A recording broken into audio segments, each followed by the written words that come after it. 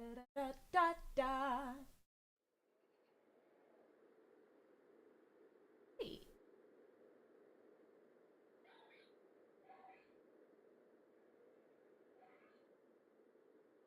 Yeah. That's it. Let some people filter in.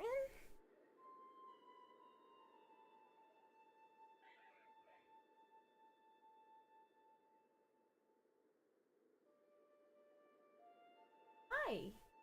Yeah, I'm starting my stream because event long thumbnail. Happy, happy, joy, joy. That's something. Ain't that something, huh? Come on, mama. Think you can hear me? I think you can hear me just fine, right? Yeah, maybe turn up the sensitivity a little bit. There might be a little bit of fuzz while I'm talking. As long as there is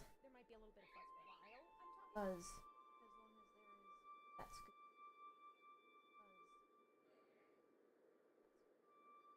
good.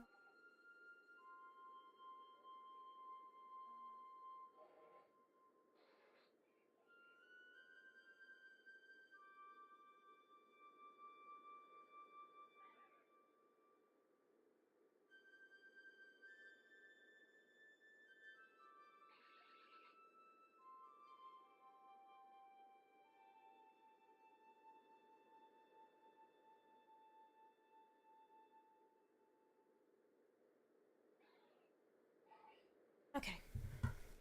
Welcome. Tell by the title, Goodra going to feature very prominently in our party studies late. And that's kind of fun. So, our party right now, we got a Goodra, we also got Snorlax. Anoski's there, he's one of my core team members. And, I have a few more things to do with Mesprit Azelf and Chimecho. So that's Chimecho's gonna be fainted like that. And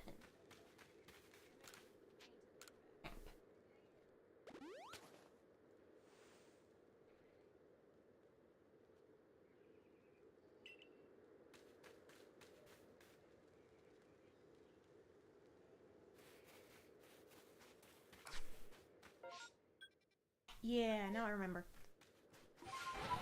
So what I got up to before, actually, hold on just a moment while I go grab my headphones because last time where I miss any donations. Darby.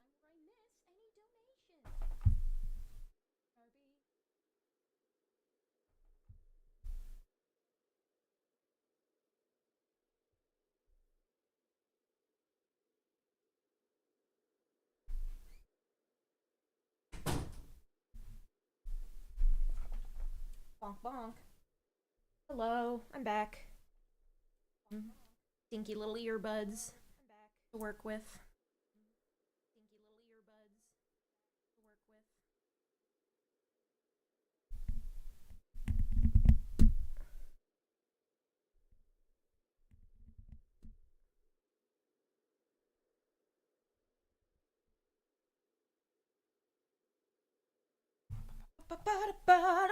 Alright.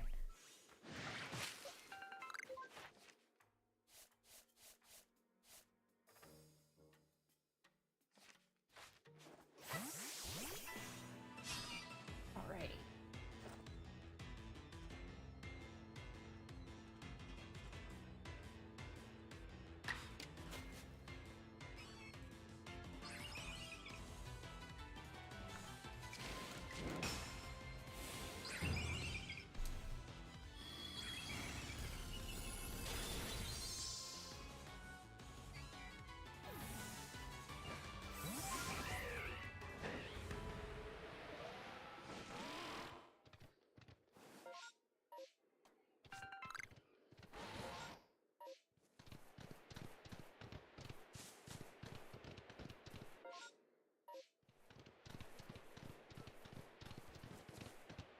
Now, I don't particularly feel like doing much in the way of stuff here in the Icelands.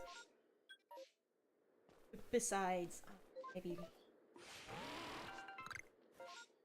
there are good Pokemon to fight. For my related thing.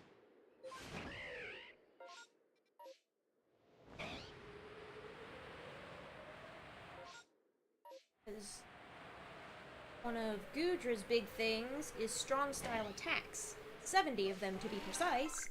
And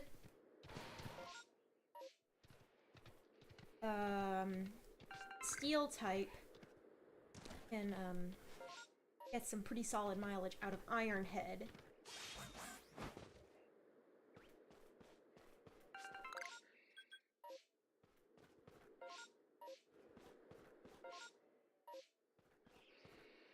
Got my bearings.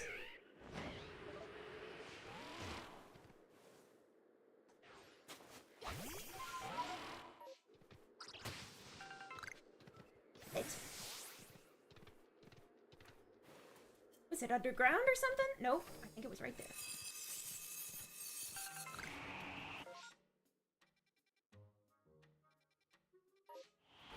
Stuff.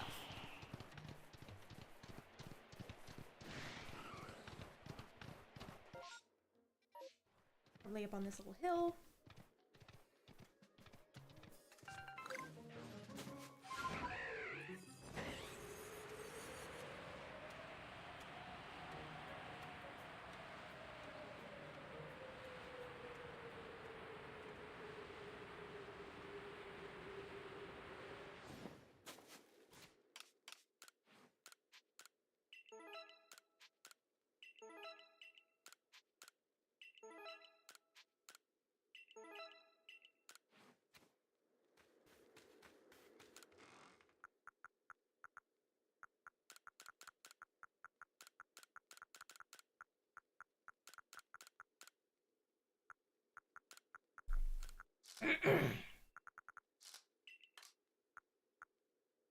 Yeah, I think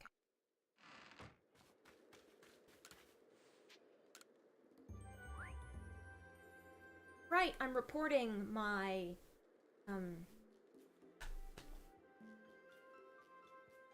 catches from the massive mass outbreak. Okay, so you can see I got a shiny Zorua. It's very cute. I did that like last week or something. Before that. I don't even remember. I have no particular knowledge at the moment.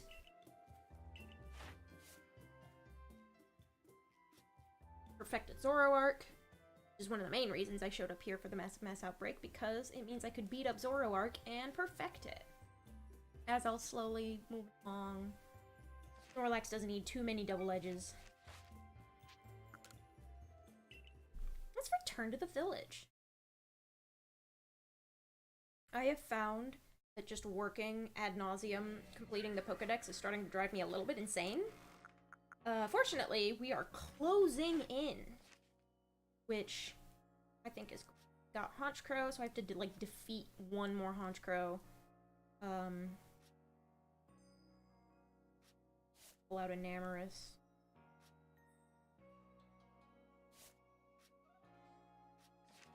I'm going to put Anoski back in the pasture.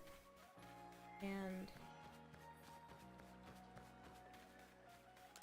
oh, there's Russet, my shiny Ursaluna.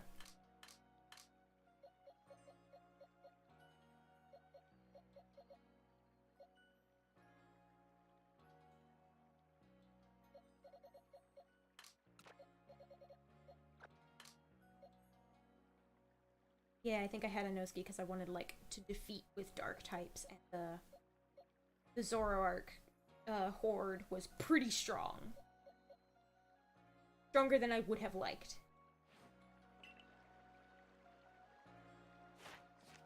I think... You know, so Regigigas is one I need to work on, as is Tornadus. I completed Landorus, but I think that's the only... Yeah, Landorus is the only one of the forces of nature that I've done. Apom, I need to head out to Cobalt Coastlands for that one. Sharim and Cherubi, I just need to hunt them down and hope they appear. Means aside from working on Mesprit, finding Apoms in trees, finding Cherubi and Chirim in trees, and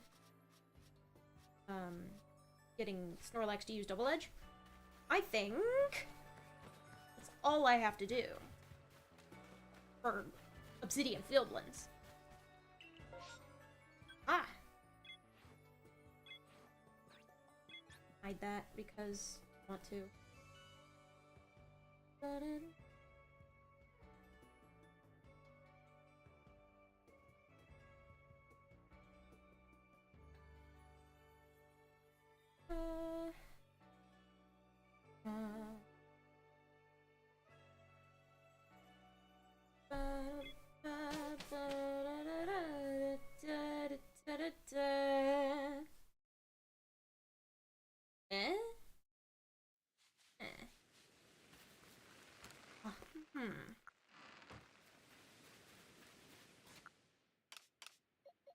Have the guava berries on hand. Give me your knowledge, Munchlax. Ooh, Duskull. Ooh, an extra horde of Rotom. Chingling.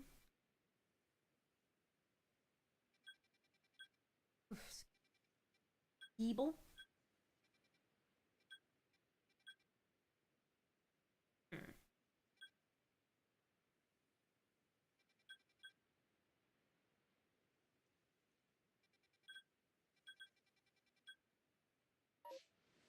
Ghosts around.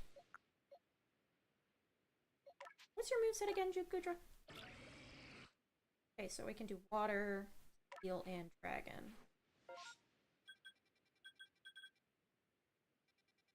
Beat up those Gibble, but want to get to those Chingling. I can recoup some berries. How is Chimecho doing? I just need to do agile style moves. Okay, so Chimecho is...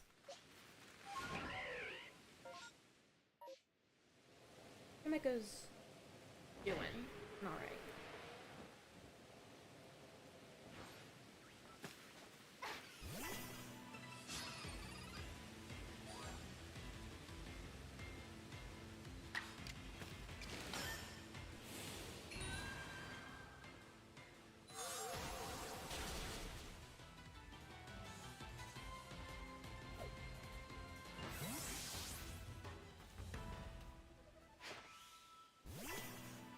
Definitely gonna be a hard one because these suckers are shy. As long as I can, yeah.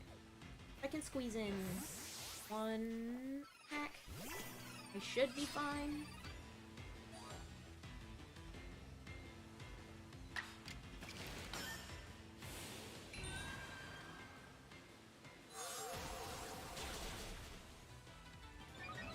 Barely survives it. Problem if I want to. Oh, no! Not running away. I just need to keep it up with the... excuse me. With the agile moves.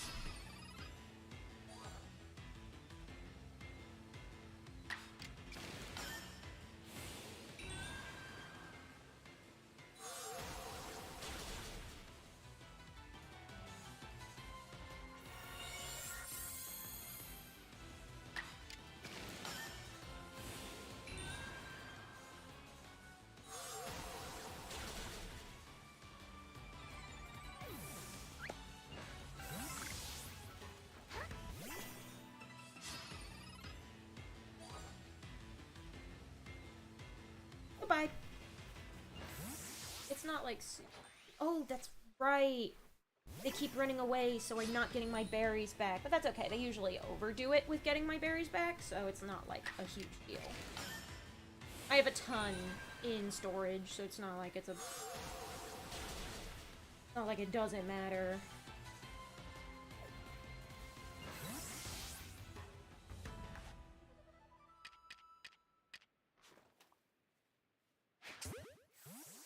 However, I do want some.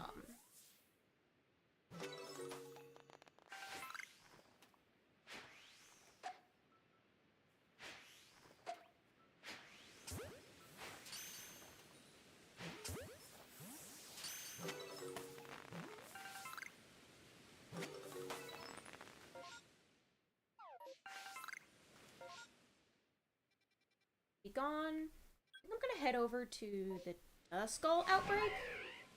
Try to pick up that satchel that's a long way.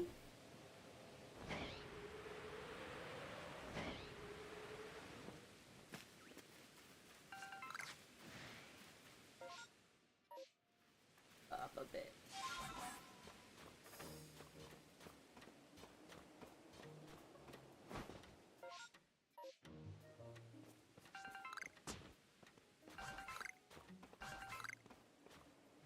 Always pick as many mushrooms as you can. You can always sell them for money.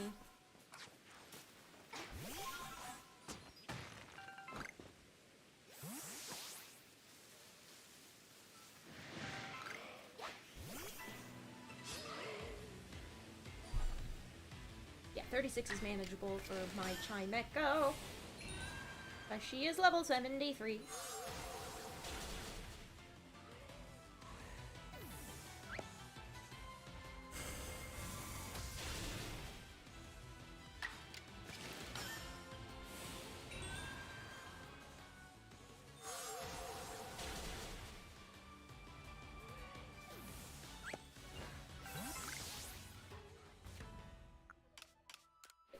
Merit point.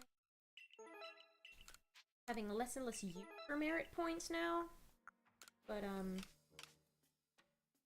sure they'll come in handy eventually.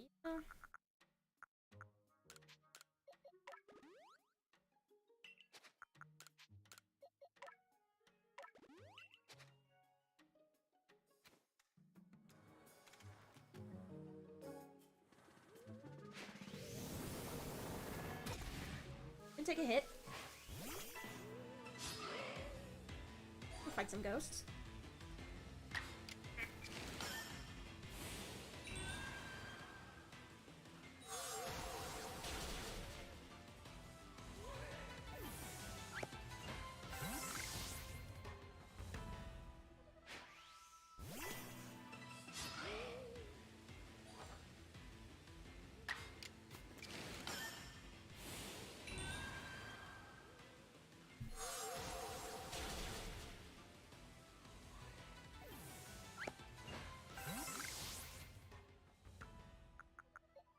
Any dark type. Not on Goodra. You're purely double edge. Or you have a blend of things. Come on. Pull Crush Grip off your moveset for now.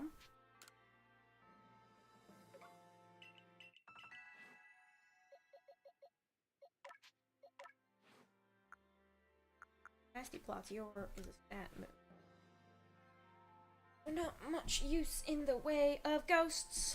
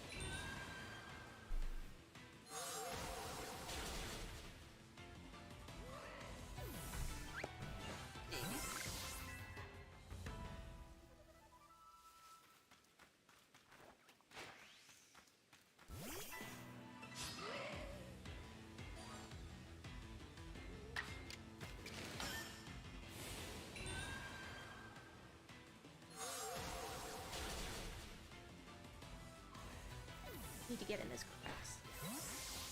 There is an spray for funsies. I did finish Time Echo.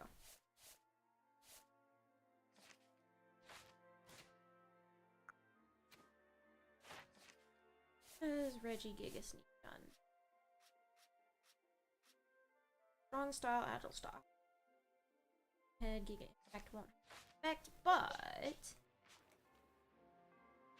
the reason I need to be in the grass is because there's a little star there, and that means if I'm not careful, I'm going to get spotted by a horde of extremely angry alpha Dusclops and or Dusknoir. That is not a situation I want to be in.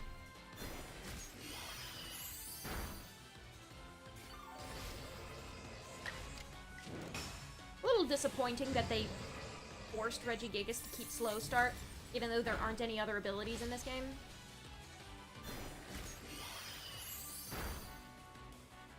Is Chirim's form changing ability? I can't remember. I think it was... I recall it being independent of the abilities. It was just a thing, Sunshine, but I might be mistaken.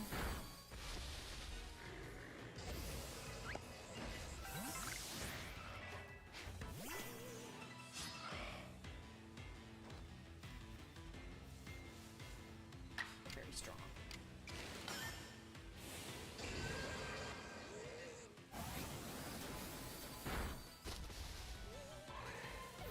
Grass. Crouch. New horde seems to have formed. So just Dusclops. Okay, that's much more manageable. Echo's done. As Elfin are weak to it and don't have any strong moves. Go purely based on stab. Oh, hello, Reaper. Off. Could just catch a bunch. Maybe hope for a shiny.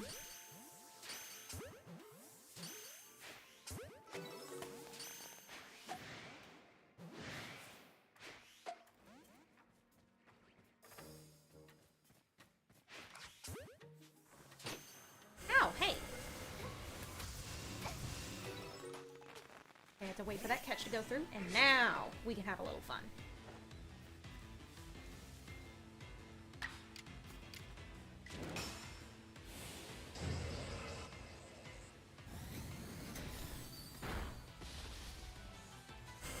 I have very crunchy joints today.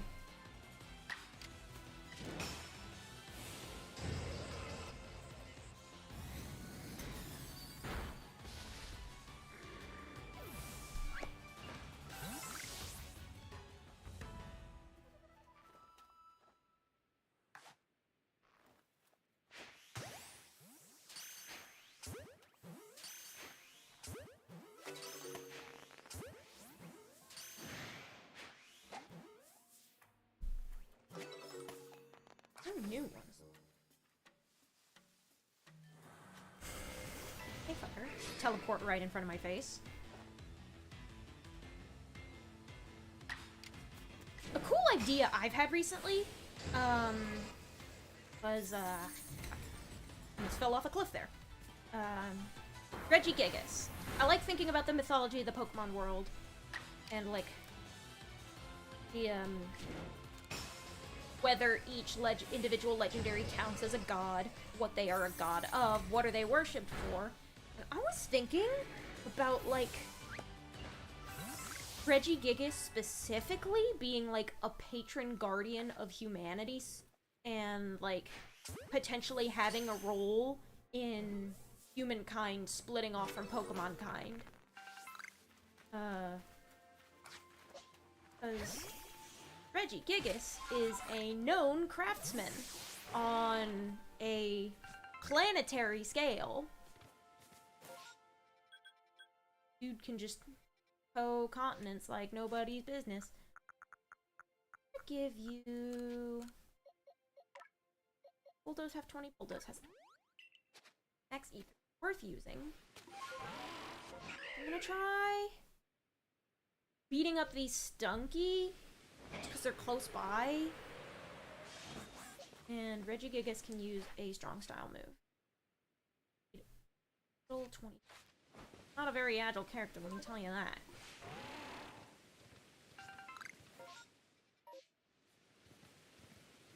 I was thinking about how I wanted to maybe shoot for the national dex on Pokemon Home eventually. Then I realized that I missed the Zarude event. I'm kind of shit out of luck with that specific mythical. And you can't trade it on the GTS either. So, like, you can't go into Pokemon Home and say, hey, I want the thing, and then they won't give it to you. Like, here's, this is a special Pokemon, you can't trade that. Fuck you, I'll trade what I want!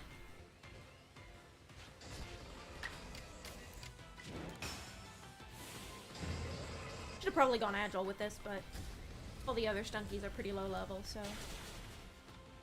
Regigigas won't have too much of an issue tanking those hits.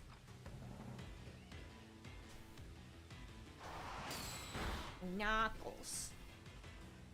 They snip and snap. Like the cereal.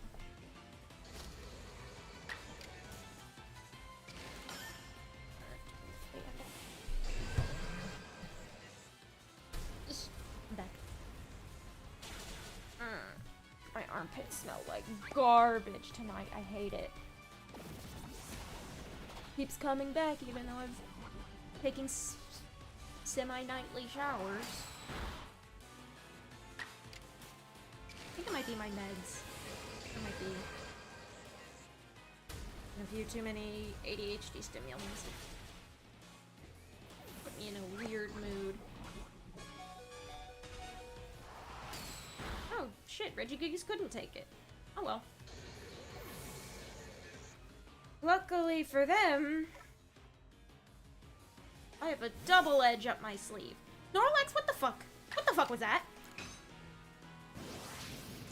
These little invisibility glitches, so goofy.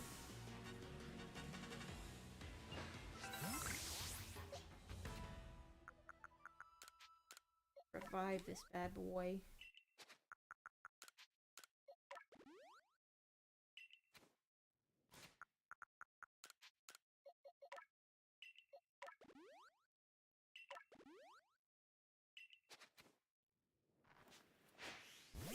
Just weak enough that I think I can squeeze in a few double edges.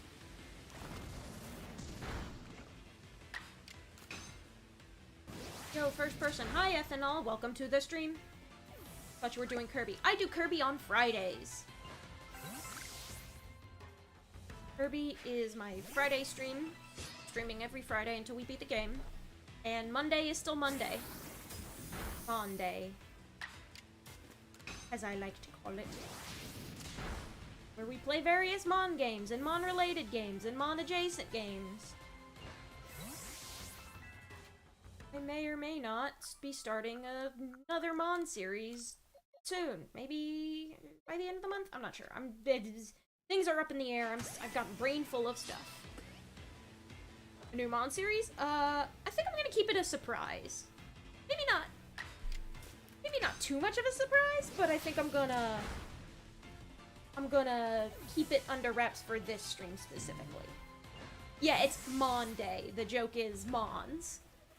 Because it's one of my favorite genres. Pokemon got me into this shit. I've been playing video games ever since. And while Monster Hunter isn't technically a Mon Tamer or a creature collector, I consider it just close enough with the variety of monsters that are in it to count. So Monster Hunter also counts for Mon Day. And Monster Hunter has a Mon Tamer spin-off. So y'all might get to watch me pick up the Monster Hunter story sequel at some point. At some point. I am still thinking about it. Question. Yes. I will answer your question.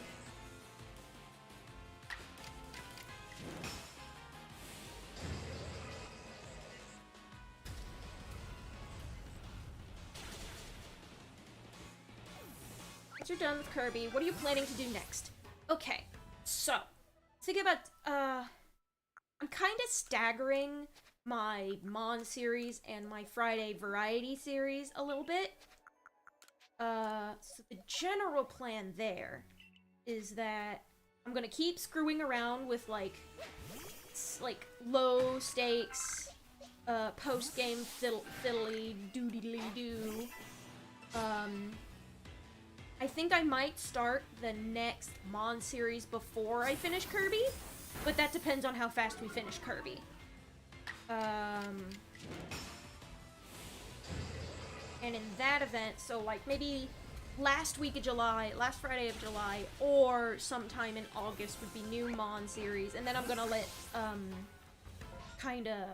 Friday kinda breathe and have the sort of variety whatever stuff going on. And and then September. Yeah, I have plenty of space for more stuff to do on Fridays. Hey, leave me alone. I have no time for your nonsense, goodbye. I want to start putting together, like, I want to start doing, like, midweek streams of art assets. Going. Rain is melting out of my ears.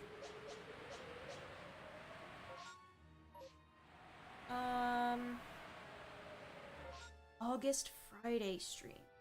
Because I know I want to do Bayonetta Marathon in October, but we have the rest of July, August, and September to get through. So what am I gonna do in the meantime? When are you gonna try Project Arrhythmia? It's an awesome game and I want to show it to you. I really appreciate it. I'm currently sticking to games that are already in my library. I am trying to, like, fill up the donation bars. I have, like, a couple donation bars, because, that's right! Splatoon comes out in September! So I think I might do Splatoon 3 in September. I'm gonna be doing some of that. And, like, as the donation bar fills up, like, I understand you are very enthusiastic about the game, and I did wish to list it on Steam. So, just decided to go ahead and make it an eventuality anyway. But I think I would kind of hover obnoxiously over my donations for a bit longer first. Like maybe just...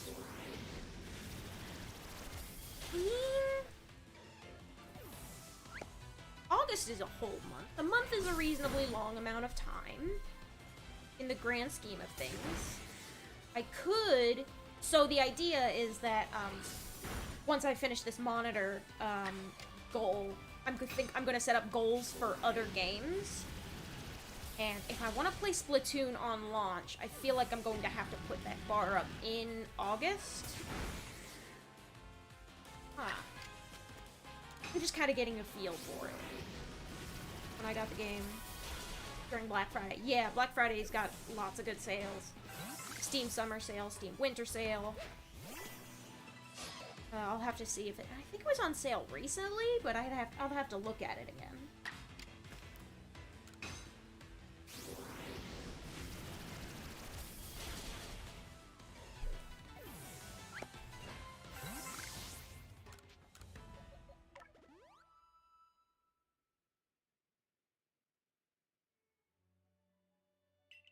We'll see. We'll see how my streams do. We'll see how my donations do. I think I might open commissions. I've just been not getting, like, any kind of hours at, like, my day job. So I don't have that disposable income to work with. So so I have to tighten things up a little bit to make that work out. And thinking maybe, like, midweek commission style streams. Because I'm not doing much, streaming more seems to be the answer. I gotta get up and do it. And one of the main things I want to do for, like, mid-stream stuff, and like midweek stuff at the moment, is art assets. Art assets. I have things I want to make my life making thumbnails easier, so I don't pull a today again and stream late, because I felt the sudden need to draw an entire H-Goodra right before the stream. The rest of the... Where are you? There you are. Little goblin gremlin. Land shark baby. You Gible looks atrocious in its, like, reduced low poly state, and I hate how low poly, how close you can get, how close you can be before it goes low poly. Like, I'm, like, not that far away. I just have to, like, look at how close I am. He's still jank, and his teeth don't pop out until I am this close. Come on, PLA. Game Freak, you could have done better than this. Game's still fun, though. I like it.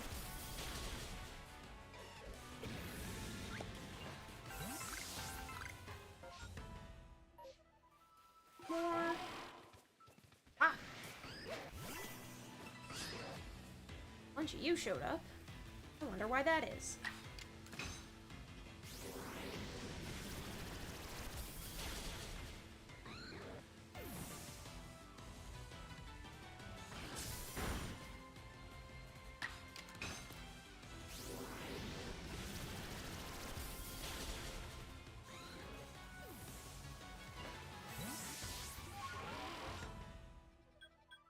Yeah, the new horde has formed. I'm gonna see if I can unlock that,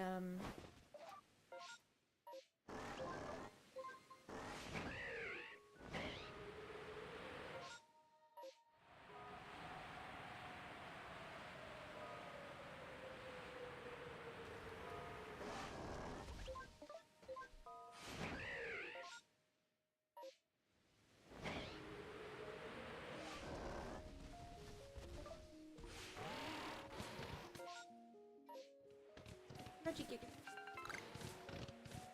Oh, God damn it. Oh, but I just made it! Just barely! So I can beat a couple of these dudes.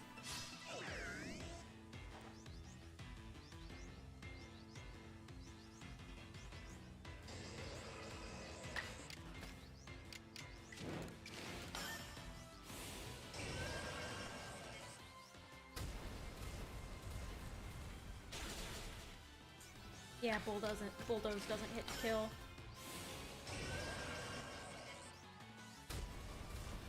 At least at an agile form. Which I suppose fine. I suppose it is fine. Okay, yeah, and we only need the 25 agile moves from Regigigas to make it, so should be fine.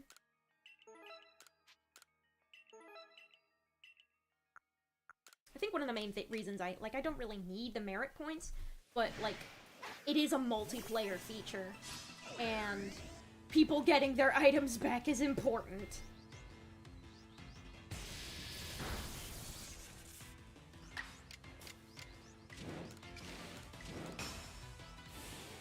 I'll do strong. Why not? Nothing's stopping me.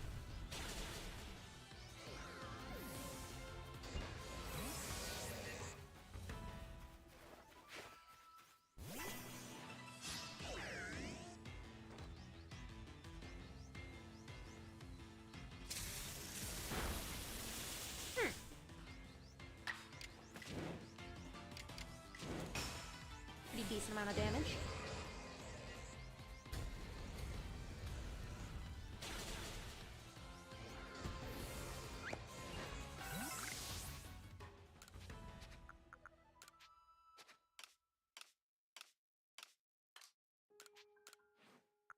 Yeah, I do not. But unless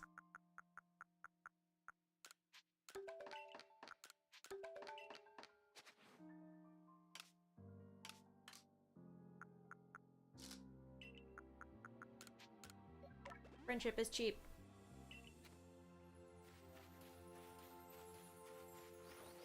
Doink! And there's Roselia out here, which means I can do a little bit of training with Azelf.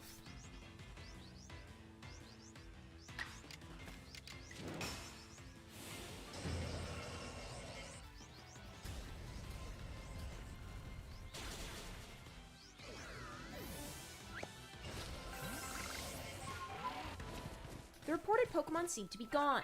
Is that the case for the other reported Pokemon? This way?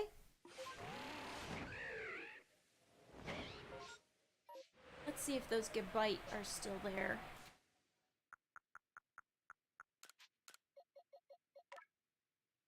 Dragon Pulse. which means I can just resort to berry. No expansion of... Oh, jeez. Wrong direction. No extra herbal remedy necessary. Are the Gabites still there? Maybe? We're around here, right? They despawn. Do they despawn? In my experience, they typically haven't in the past, but they might have. Especially since I was away when the rainstorm ended. They might have just dipped.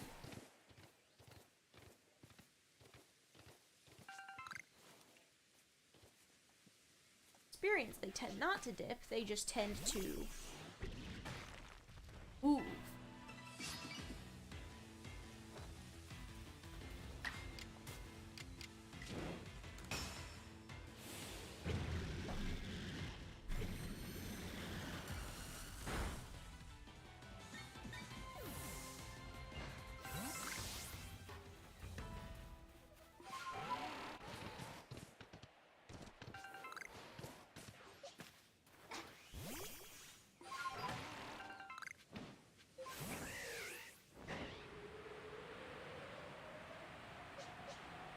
Get some double edge action over here with Snorlax because normal type moves are versatile. Snorlax is of reasonable strength. And it's only 25 double edges. If the other one was strong style move, then I've already finished that.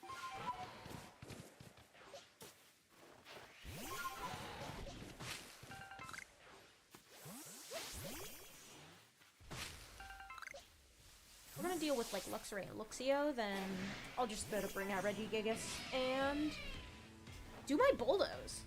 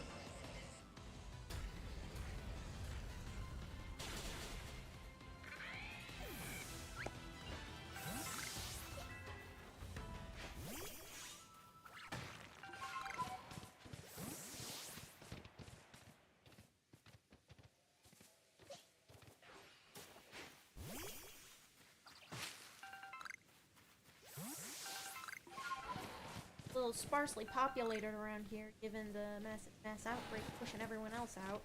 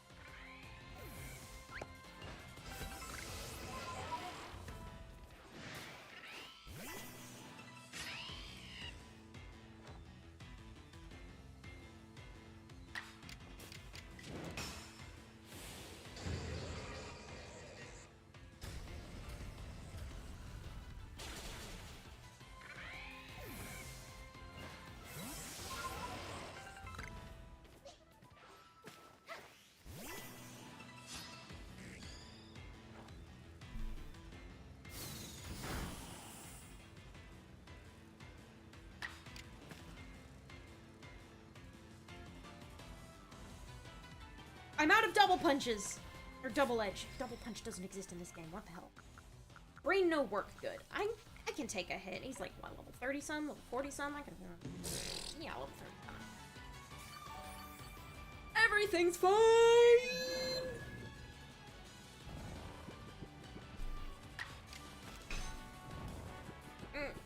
Report coming on.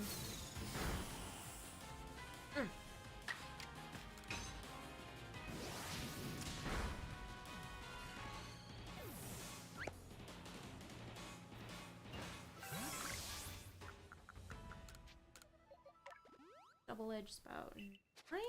What's that?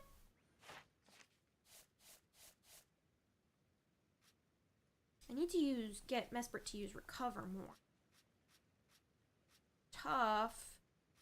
Getting Mesprit to take damage in the first place.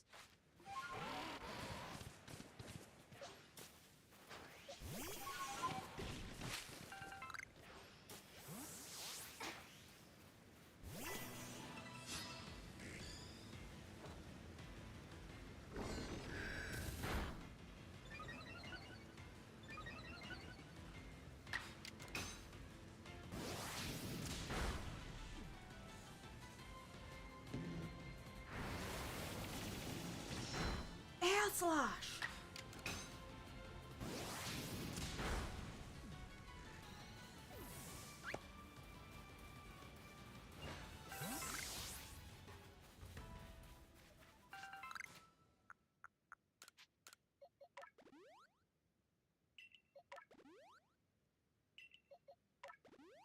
Hey, hey, hey.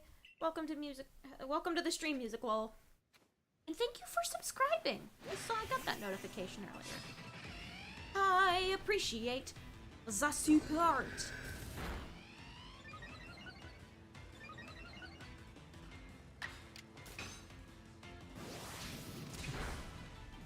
Oh jeez, my avatar freaked out quite a bit there. It's just stretching a bit. I'm like, yeah, it's because my hands came over my face, that's why. Oh, whoa, whoa, whoa.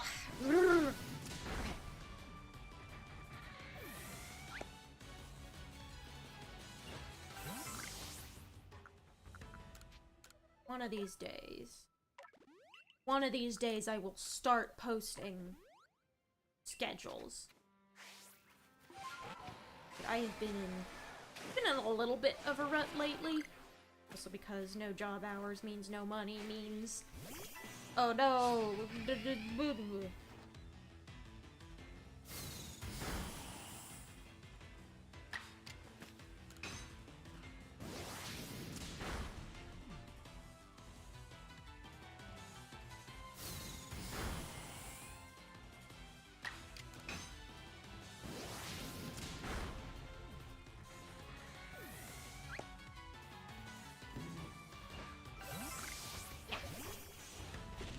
Double edge is off to a good start. Pop this Snorlax back in. Yeah.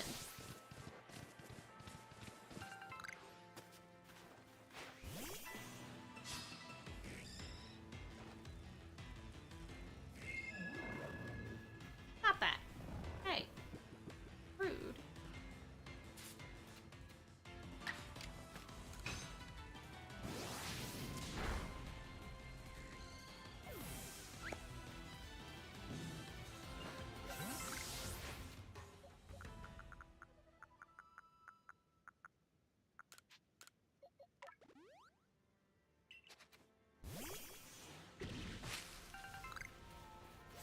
That's right, I found something. I accidentally switched to, what's his face?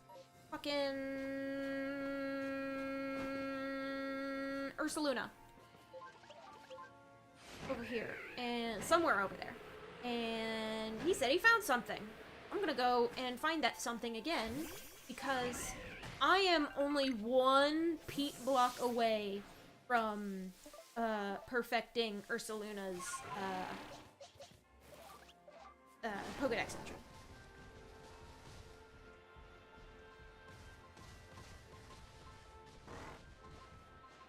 But Sneaker will have to mess up.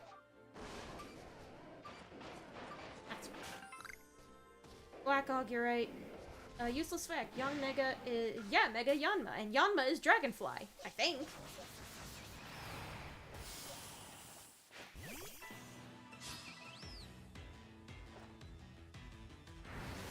Mega Yanma is, like, they just call it that. That's just its Japanese name. But, and it sounds silly to us, especially with the advent of Mega Evolution. But, a Young Mega is a better pun in English.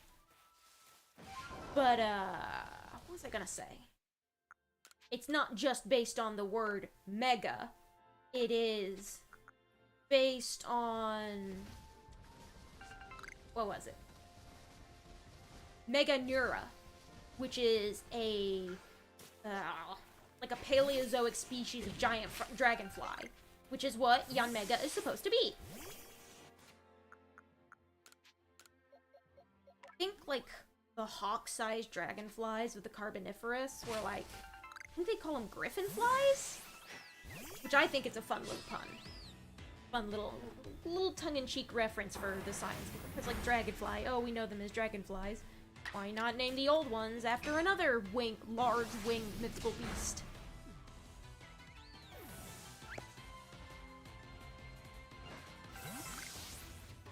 You need another Lepa Berry in your face.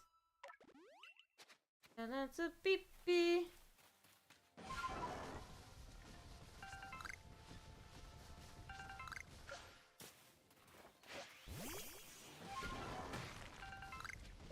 That's Graveler. I can fight you with Goodra.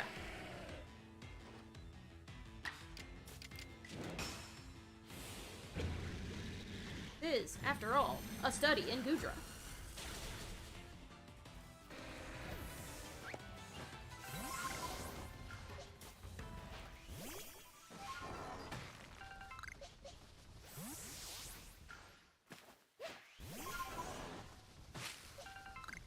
You are weak to ground type moves, which means I can take you out with Regigigas.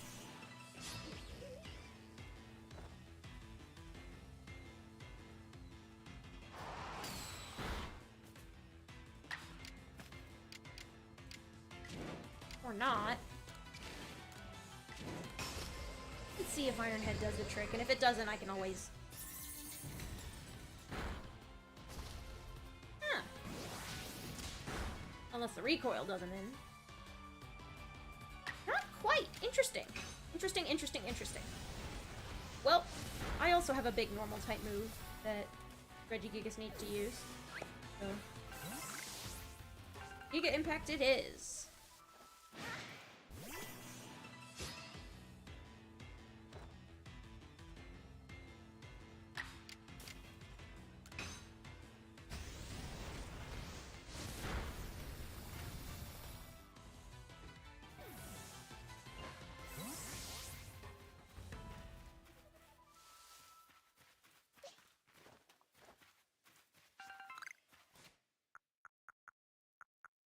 Regigigas has used almost everything up.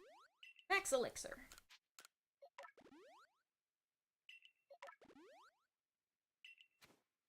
Right, that's right. I have some leeks now. With some leeks, I can make potions. Ooh, seems like I can make a max potion.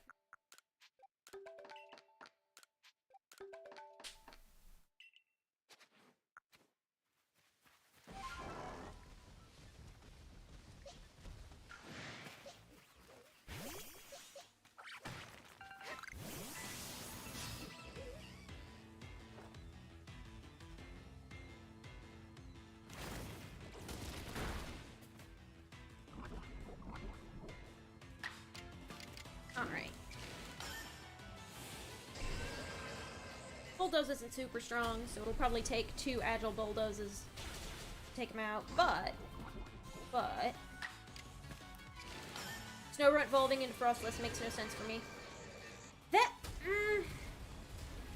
kinda tends to be the case for, cross-generational evolutions. I would recommend thinking about it. I mean, to me, Snow Snorunt evolving into Glalie doesn't make much sense to me either, and that was from what it was from the get-go.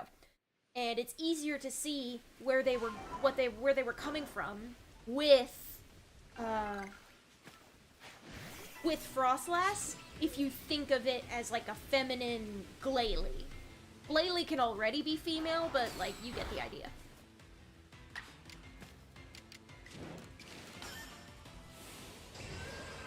You can see the same, like it's still a thing that is coated in ice with a dark underside and impressive fangs.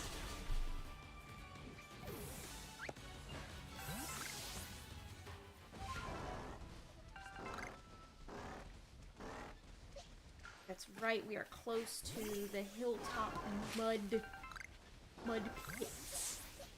But this guy's taking me out here, which I shall follow. Want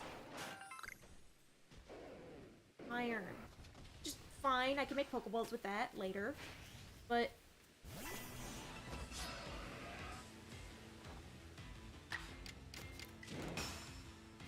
would prefer at least one peat block.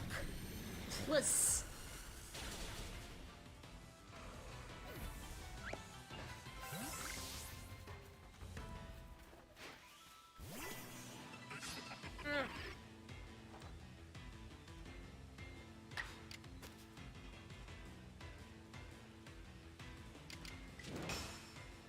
thought I could see through between Goodra's shell and back for a moment there. I was like, that does not make logical sense. But I could not. It was just a weird trick of the light. Oh, it was like, the way the light was glinting didn't make sense to me. Because it's like, I don't think it's like ray traced or volumetric or whatever. It's just like a rough angle. It looks fine. It's just...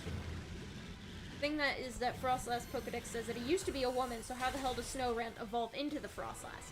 That is a legend. The Pokedex tells you about legends. And when it comes to ghost types, I think, like, some ghost types are, in fact, dead humans.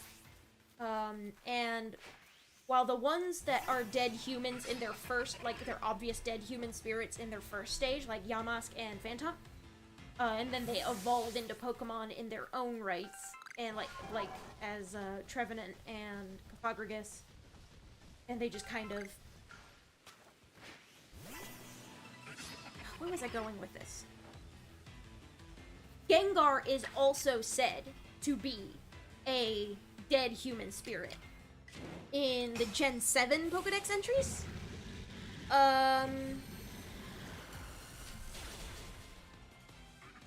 So I think the issue with Frostlass is that not every Frostlass out there, not every wild Frostlass evolved from a Snorunt. Some of those Frostlass were once human women, I think. There's actually a whole side quest in Legends Arceus, which I've already done, but it's like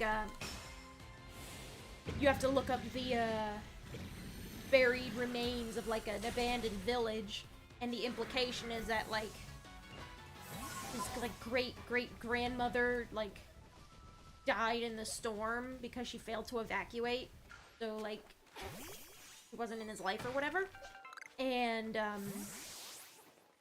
you meet a Frostlass on that quest that's very possessive of his grandmother's journal, and it is implied that Frostlass is that human guy's like ancestor, or like a dead person from a legend that he was really interested in. And also she was surrounded by Snorunt. So like, I think once, like, if a human woman dies on a snow-capped mountain and becomes a Frostlass, she could still have kids that are Snorunt, which is a little wacky, but Pokemon's always wacky, so, like, oh well.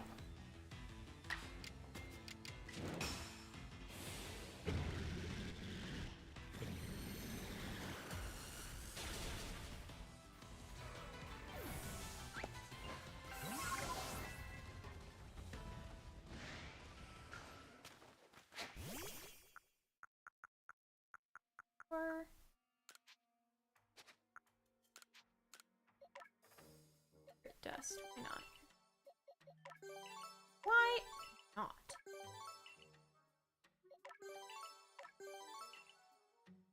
I had the same question when I read that one Dex entry that said, like, that implied Gengar was once human. That's why it hunts humans down. But, that didn't make a whole lot of sense to me. But it's like, what about Ghastly and Haunter? But, the Dex is also hard, because you have to, like, kind of reinterpret it and stuff. And I feel like there are some things in the Dex are legends, and not necessarily true. Some of them are scientific facts. Sometimes those scientific facts make no goddamn sense. Like, Macargo being as hot as the sun, for example. That is just not... No. No. Please stop exaggerating your numbers, Game Freak. And localizers. It's no laughing matter. Pokemon science is very important to me, Game Freak.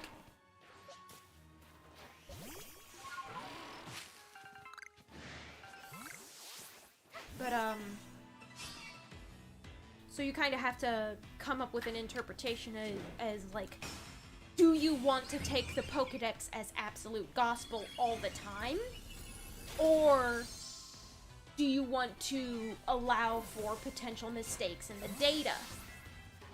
Moreover, when those mistakes are, like, repeated throughout the generations for years on end, are they still mistakes? Or, like, Jesus, criminy, that was not very good to look at. I find myself saying criminy more and more these days.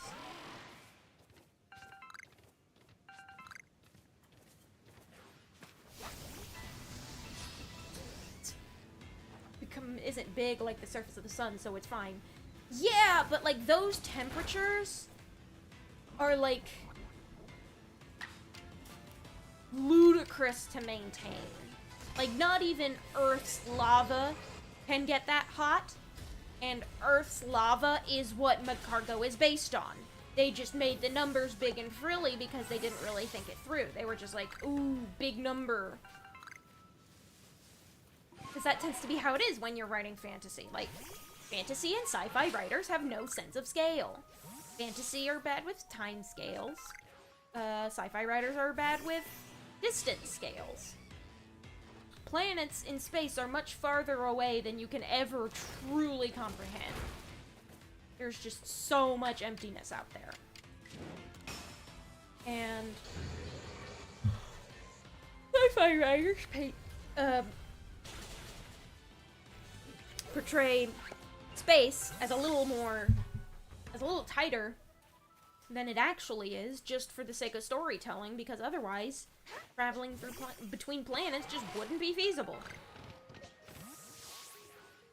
Which is why you have shit like warp drive, so you can pass the speed of light and overcome that barrier of even at the absolute maximum speed a piece of matter can go, you still won't reach the next star for another 4 years. Like, that's not feasible for storytelling purposes. Fantasy talks a lot about, like, oh, this thing happened 1,000 years ago. Oh, this thing happened however many thousands of years ago. And those thousands tend to get out of hand very quickly. And Pokemon itself does make those thousands go out of hand. The war where the ultimate weapon was created, in Pokemon X and Y, that is said to be 3,000 years ago. This artwork and, like, implications make it kind of look like it should be medieval, but medieval times were only, like, 700 years ago. So, like, one of my friends actually said ahead, like, this, because it had always bothered me, one of my friends had said that, like, the, because he's a historian and also a Pokemon fan and likes to think about history and Pokemon in a similar way that I do, and he said that the ancient war of Pokemon X and Y, if we were to take their time scale, like, map their time scales onto ours and assume that their Earth history is marginally similar, then the war that AZ lived through roughly coincides with the Bronze Age collapse, which I think is a really cool detail. I think that's a cool dot. That's a cool dot to connect. It does mean you have to go back to the invention of bronze, which is pretty far back in time. PLA's Pokedex is just Laventon writing stuff, which I like. I feel like knowing that it's just him and that he's the one making commentary on things and he's the one studying legends, and the fact that a bunch of science isn't understood yet, and like they did a really good of that job of that perspective. So you don't necessarily have to take the Legends Arceus Pokedex as gospel, because you know about the limited perspective and you can just assume Laventon got something wrong. Like, I'm still bitter about Palkia Dialga's origin forms. I think they're ugly as sin. And so, therefore, their little doohickey thing in the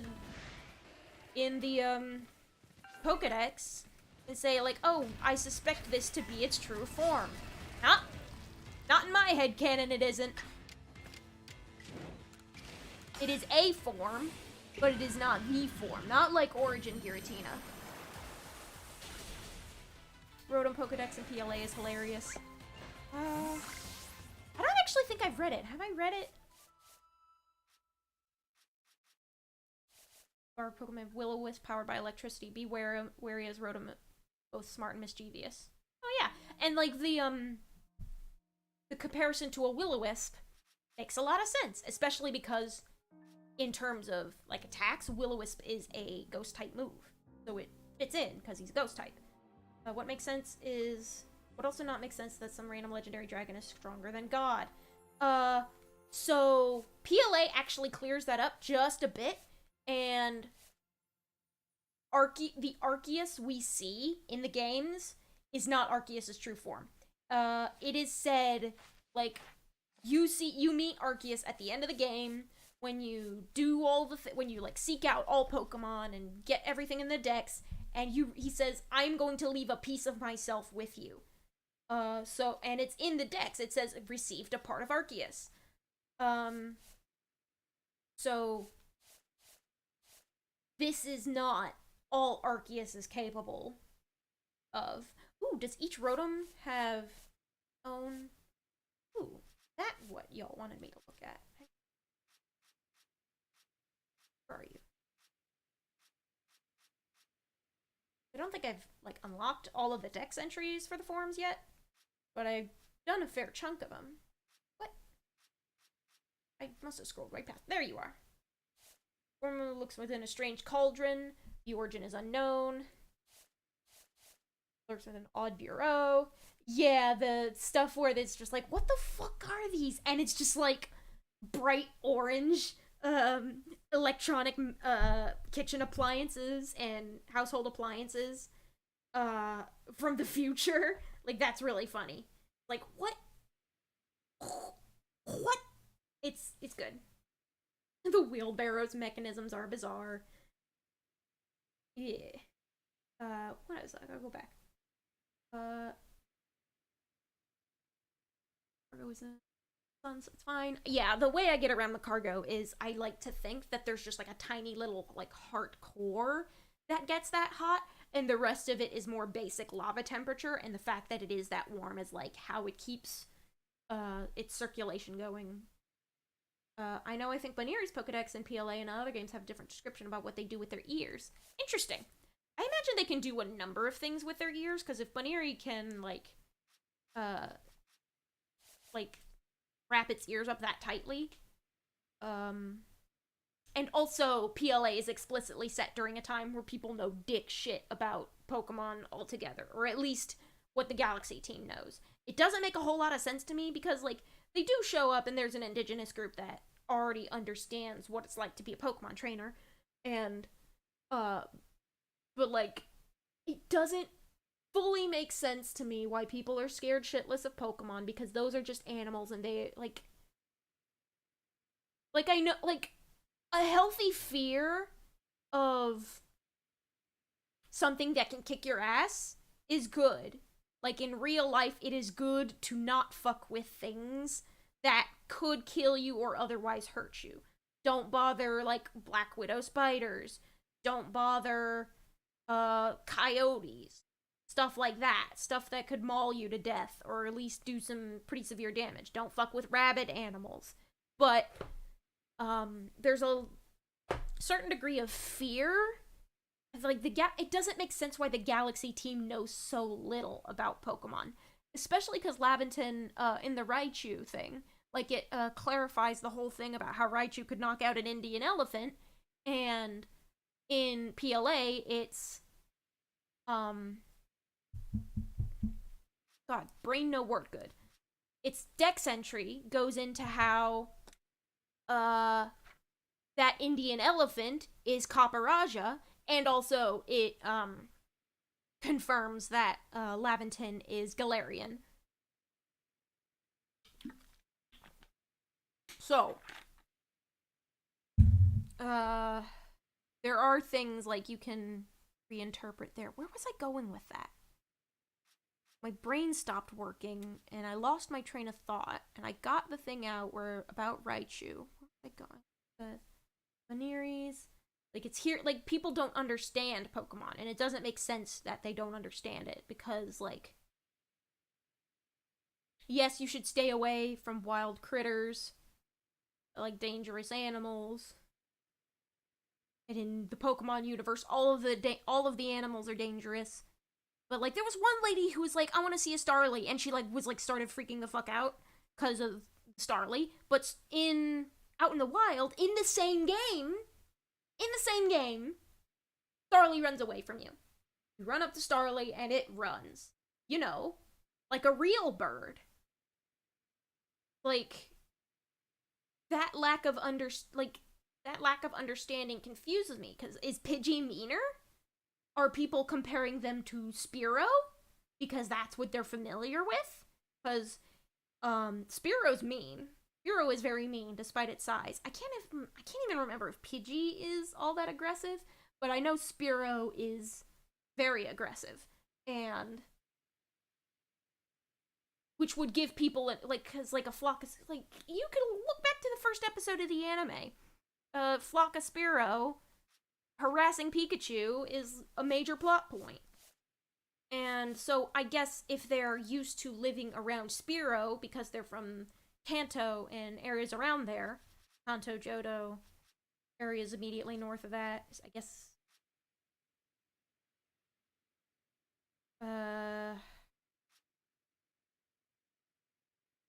brain stopped working again. Brain hit the brakes before I was done.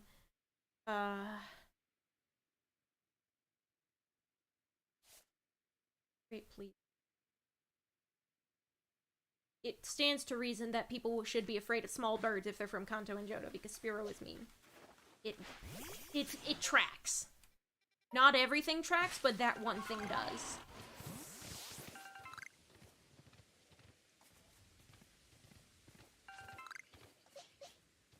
But also, it just doesn't I guess it just doesn't really fully stick for me. Why, like, this one culture... I guess I can't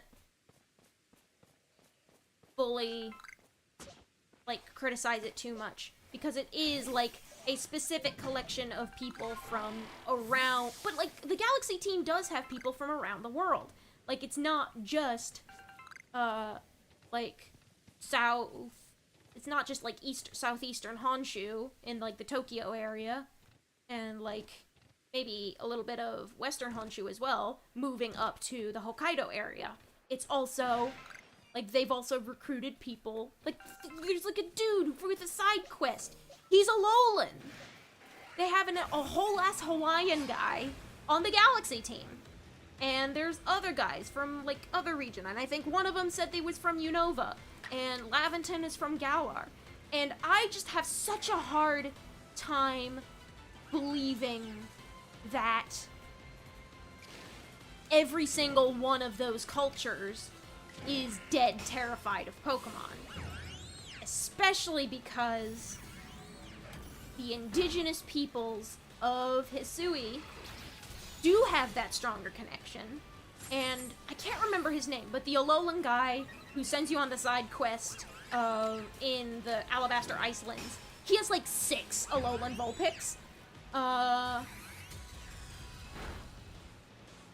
And and the fact that like they say that they are his precious babies and he loves them, it makes sense for at least like if an East Russian, like an East Siberian, Northern Japanese, like that sort of area, basically the setting of Golden Kamui, that it makes sense why, like, if an indigenous group there has good relationships with Pokemon, it makes sense that that would be the case also with Polynesian indigenous groups. Now, the real question is whether that can apply to the Pokemon-verse equivalent of indigenous peoples the world over, or if that's starting to get into the unfortunate real-world stereotype of, oh, they're so connected to nature, when really it's like, I mean, there's an element there in, like, the culture and stuff, but it does get overplayed in unfortunate stereotypes. That was close combat.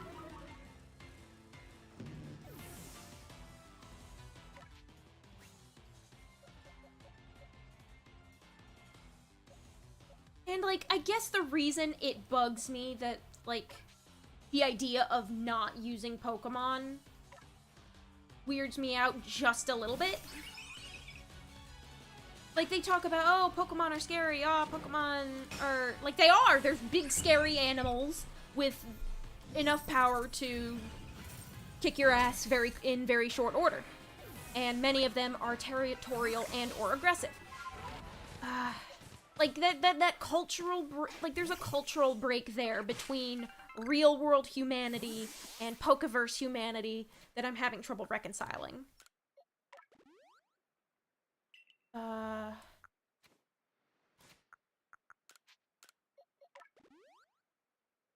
Cause, like, animal husbandry, the history of domestication.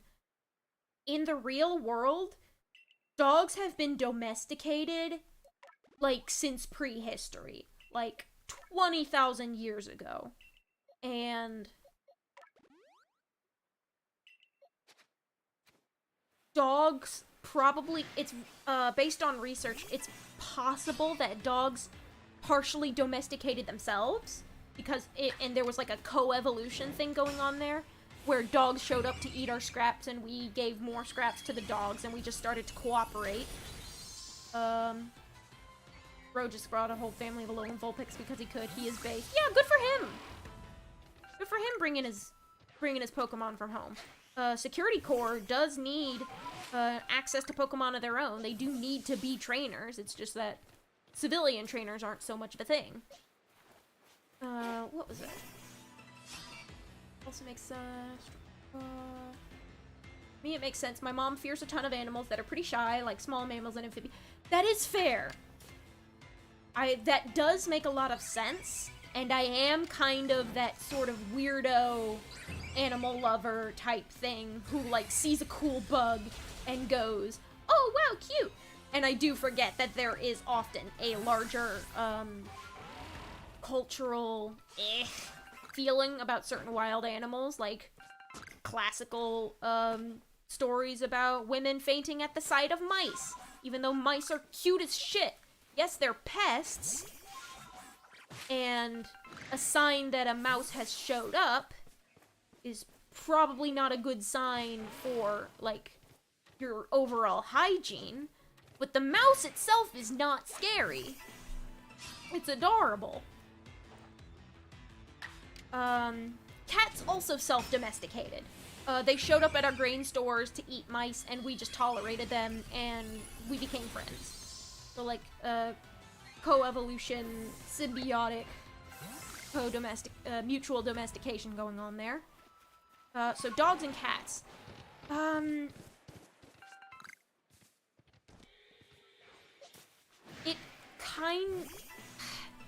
It's just so strange. I guess maybe there's like a cultural thing in the Pokemon universe where animal husbandry is like slightly more restricted to like a braver class, like a warrior class of people or something.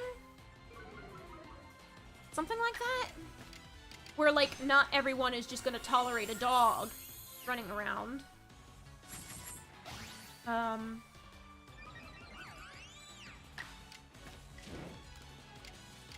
I don't know. Pokemon lore is a little bit weird. Because you have to, like... There is a point at which, like, going far back enough in human history, which I would say is about maybe 30 to 500,000 years ago, coinciding with the evolution of humanity. And, like, the existence of multiple species and species radiation, stuff like that. And just, like, the general development of Homo sapiens and how it was kind of a fluke that we ended up the only species of human at the end of the day. There are enough bits and pieces of lore to suggest that humans evolved from Pokemon. So there is if there is like a widespread cultural thing in early humanity where like Pokemon are avoided and and humans and Pokemon live separate lives, there was a period before that where humans were more in tune with Pokemon, more like Pokemon, and going even further back, virtually indistinguishable from Pokemon. And, like, shared societies. Which is an interesting thought, but, like, that's a whole can of worms. Sophia's a possum's technically the only animal she doesn't fear domestic animals and small birds, and even with small birds, she's brave enough to have one on her arm. Which is yeah, see, like, I feel like that seems... I didn't even really consider that when I started going on this tangent. Because I don't really... I have aggressively loved animals since the moment I stepped onto this earth. And I have always been fascinated by just weird little dudes. And that has played a direct, I don't know, there's like a chicken and egg thing in my distant history where I don't know if Pokemon gave me my love of animals because I was raised surrounded by Pokemania, or if my love of animals helped me get into Pokemon on top of being constantly exposed to it from, like, the age of 2. So... But, like, the idea of, like, oh, Pokemon, I was like, oh, cool, animals! And so, like, you can keep me entertained by just, like, putting a dragonfly on a table in front of me, and I will stare at it for 20 minutes. Dude, if I let a small bird sit on my arm, that would be a transcendent experience. Most small birds where I live are too shy to get within 5 feet of a person.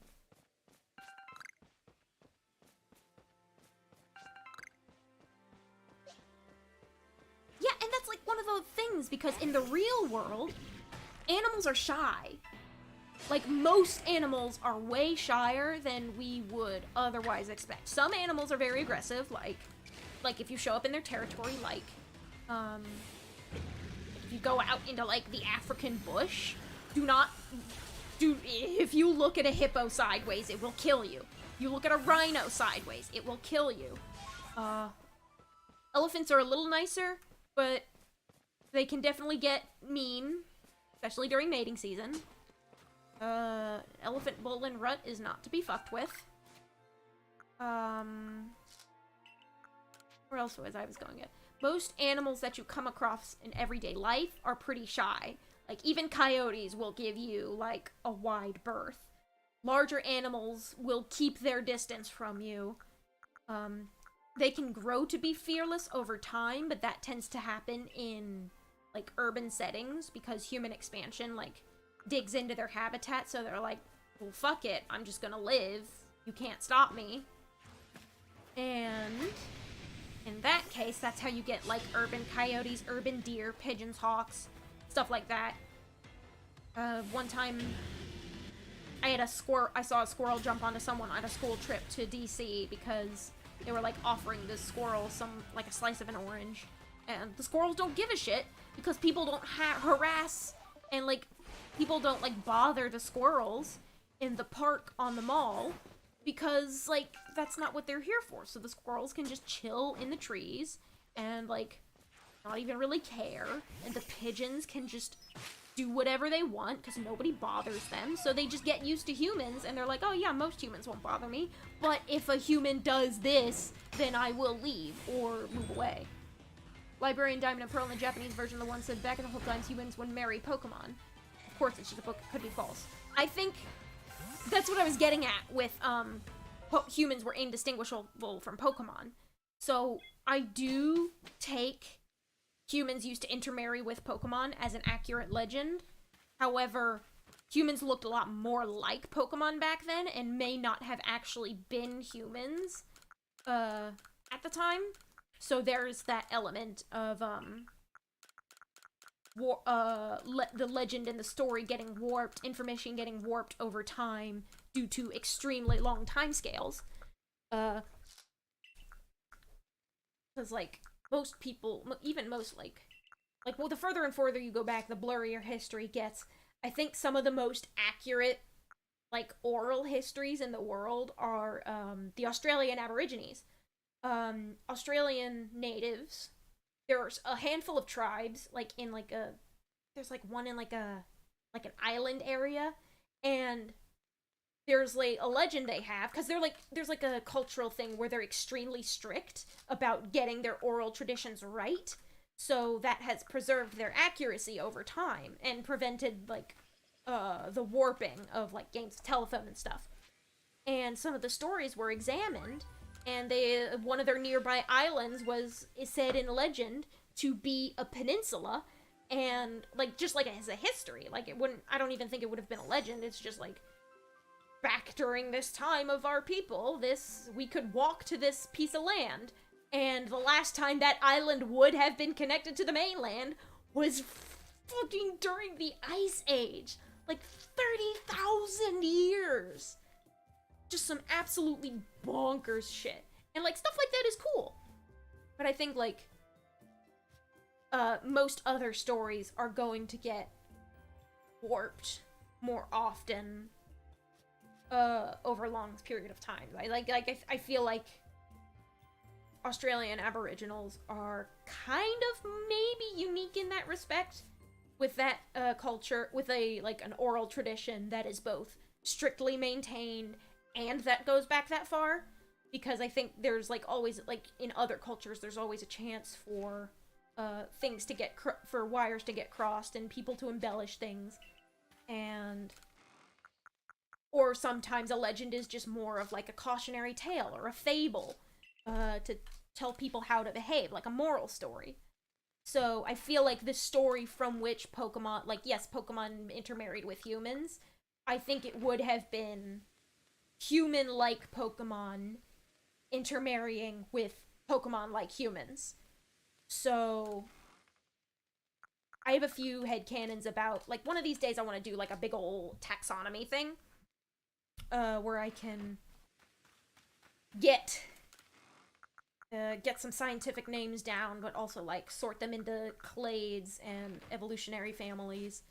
And one of my headcanons is that there are a handful of Pokemon in, like, the human-like Ed group, and most of all, like, like the bipedal, almost human-looking Pokemon are basically the other species of humans. So in the Pokemon world, it's not like every other species of human died out. It was other species came, like, continued existing in parallel as Pokemon. And I guess the Pokemon universes can get away from that. So, like, a few that I would include in that category would be, like, the Ralts family, Sock and Throw, maybe, Machop, the Machop line. I think the Machop line might be a little more basal, because he's got that forward-jutting, snout, and it looks a little more ape-like, or a little more, like, basal mammalian than even many other great apes, because, like, oh, my brain started hurting one time when I was on Wikipedia, and I learned that hominids technically comprise all great apes, so technically hominids also include orangutans, gorillas, chimpanzees, bonobos, and that just kind of broke my brain a little bit. I was like, oh my god. The hominids are among us. It's us. Where was I going? I guess you would have, and then you get, like, stuff like, well, like, the metamorphic, evolution starts to clash with the, natural selection evolution, the generational one. So that gets interesting, because, like, in terms of classification, because Chimchar is a chimp. The only tail it has is a little spit of fire. It's very chimp-like. Chimps are great apes. However, its evolutions, Monferno and Infernape, have tails, which means they are not great apes. So what is it? And you have to, like, decide, you have to, like, make a decision for yourself, for your own headcanon, whether you want the Chimchar line to be a species of tailed monkey that just doesn't have a tail when it's little, or if you want it to be a great ape that regains its tail upon evolution due to, like, an influx of energy. And that's mine. I believe that the Infernape gang are more like chimps than New World tailed monkeys, and that the tail returning is like an atavism spurred on by the sheer energy output of the metamorphic evolution process.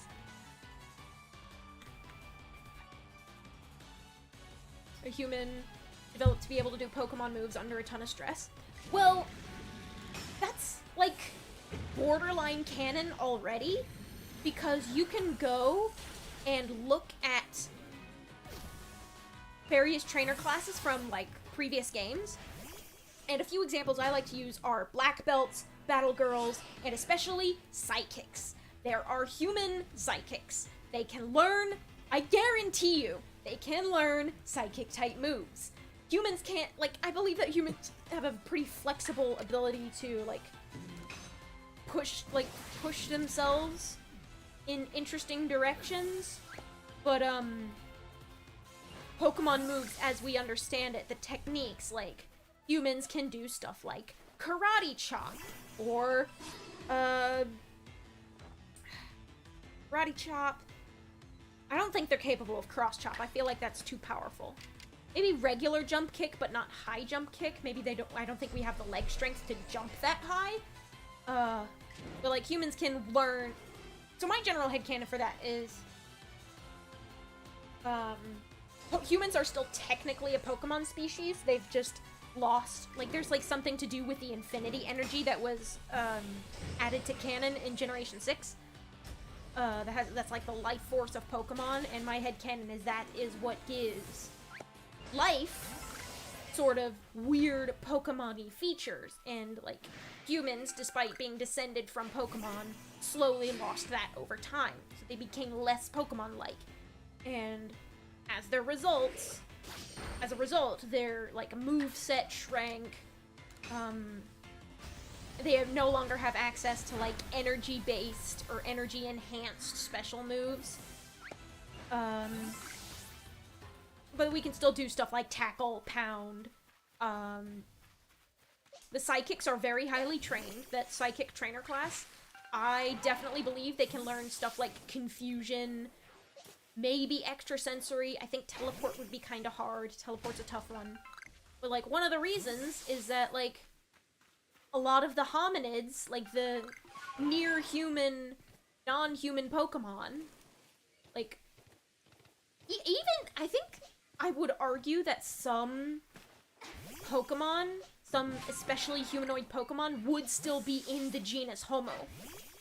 Like, we would, like, not, it wouldn't just be Homo sapiens running about.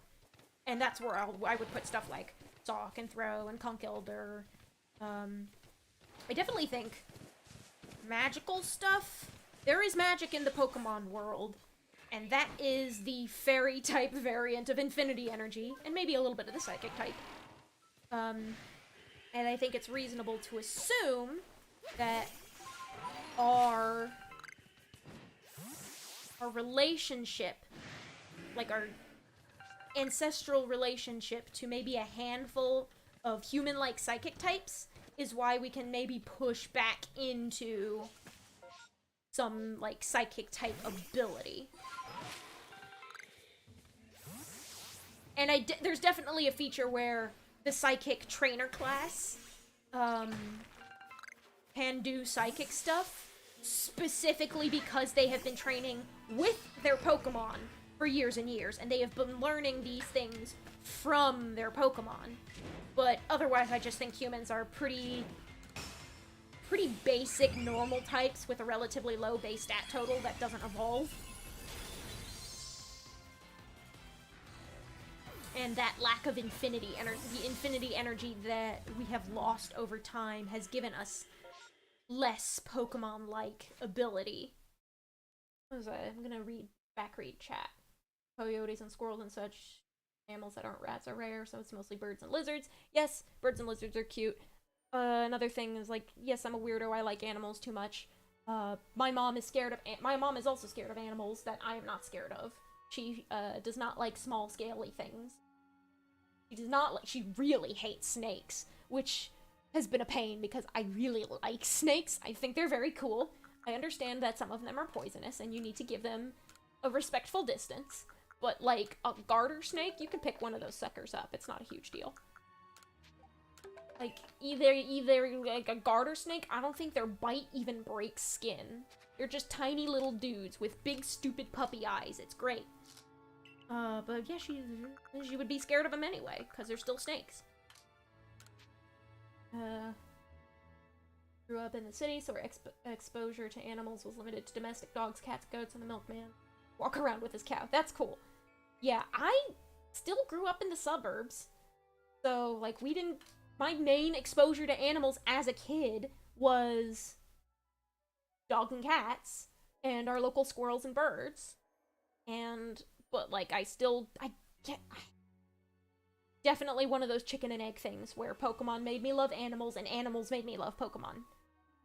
Because I would, like, catch these Pokemon and go, wow, that's a cool little creature. And then I would learn that there's an equivalent creature in the real world, and my little 5-year-old brain would freak out because that was so exciting. So I like got really into nature documentaries, and I had like an illustrated encyclopedia as a birthday gift as a kid, which was cool. I still have it. It's a very good piece of thing, and that's how I learned about prehistoric animals that were before dinosaurs. That's another big thing. I was a dinosaur kid. I love dinosaurs. And they're just, like, big, weird animals.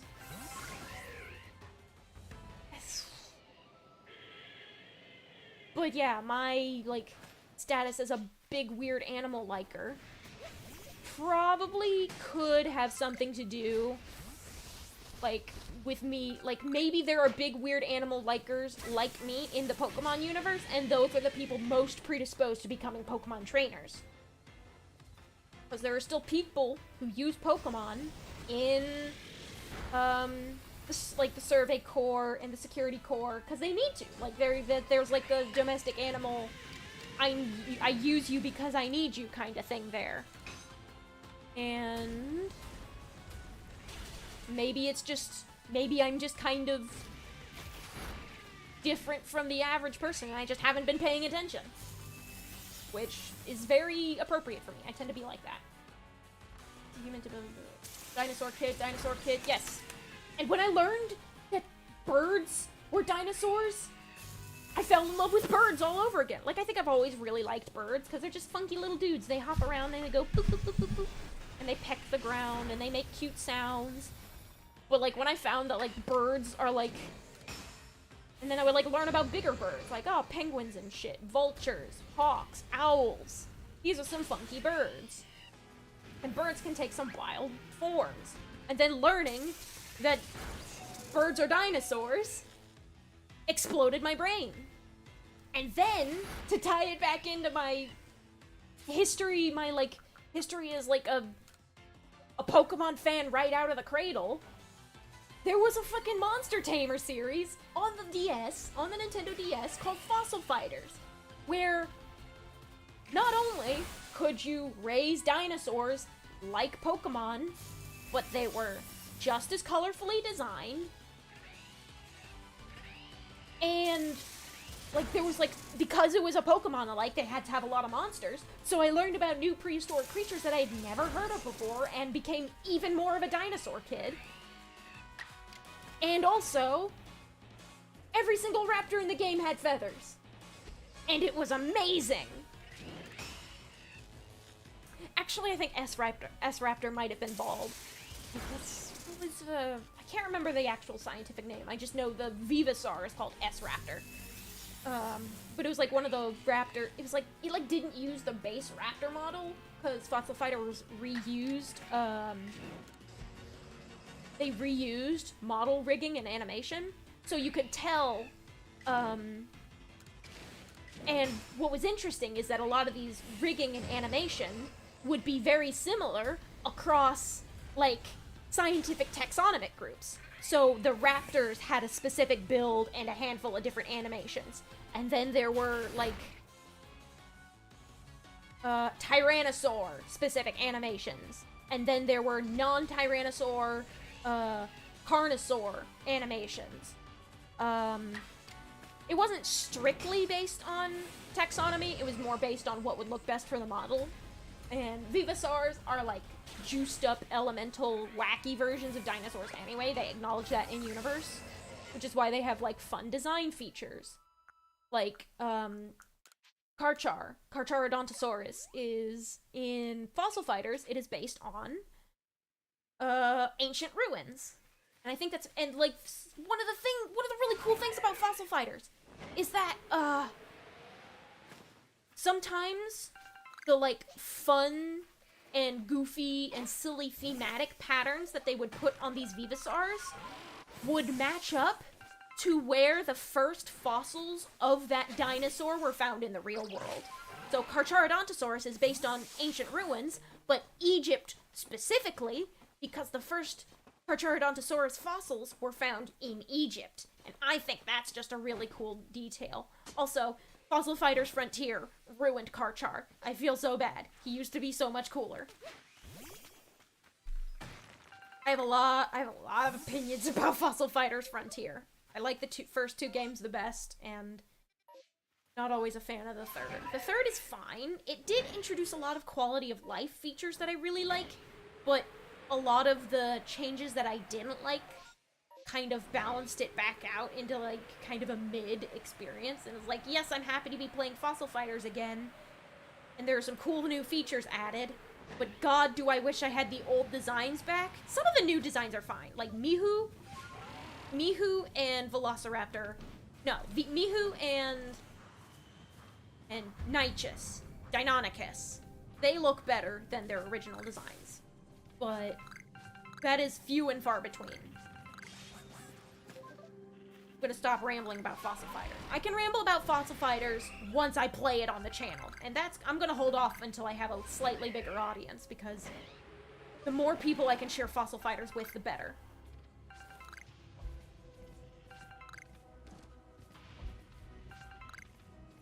Rowlet, but you're not shiny, so I'm not gonna bother.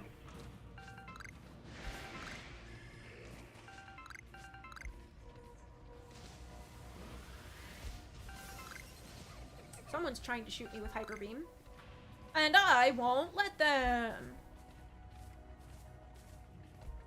I just want the stuff.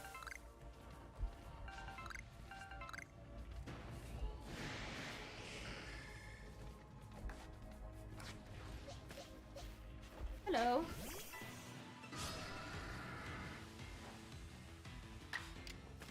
Your dex entry is complete. I would rather see Bastiodon. Is it Bastiodon? I've always said it Bastiodon, but now that I'm thinking about it, I think Bastiodon makes more sense from the pun and, like, or word origin perspectives, because it's Bastion plus, the Dawn ending, which is tooth and frequently used for dinosaurs and Pokemon. A lot of dinosaurian Pokemon that have the Dawn ending. And dragon Pokemon. The Dawn ending is very fun. They really like their dinosaurs, and they show it with how they name. Speaking of Dawns, there is, like, the new dragons. The new friggin' mascot dragons of Scarlet and Violet are named Miraidon and Koraidon. Kind of overdo the Japanese R on Koraidon. I've been saying it Koraidon more often than I've been saying it Koraidon, because Koraidon, I feel like that more L-shaped sound feels better to say quickly. If you lean too hard into the English rhotic R, then that starts to feel like it makes the name feel a little bit more like a tongue twister. I'll generally pick Koraidon as opposed to Koraidon, but I suppose I could get more used to saying Koraidon over time. What are you? That's just the Rowlet again. I'm gonna climb up one of these doohickeys. Nope. Nothing special there.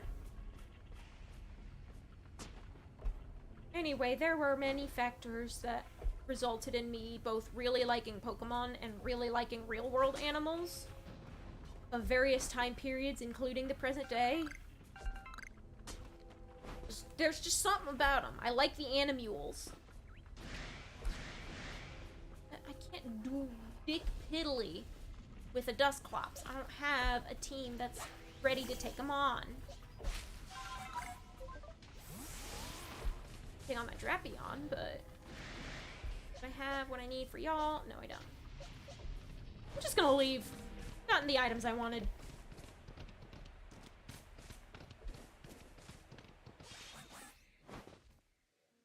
It does beg the question of, are there more animal lovers in the Pokemon universe or in the real world? Certainly, in the modern era, everyone's a Pokemon lover. Because they're just a daily part of life. They just kind of exist side by side. But, like, back in these, like, 1800s kind of days, then I can imagine there being fewer fewer people inclined to be Pokemon lovers, because it's not, like, societally required as much. Like, because you can live separate from Pokemon and never have to see one. I don't know. The culture of the Pokemon world is an ever-evolving question. And it's especially difficult because the games are designed for kids, and they are also written, the stories, from the perspective of kids. Like, you don't get a whole lot of information on how the world works because your character is 10. It is supposed to make you feel like you are also 10, which makes sense at the end of the day.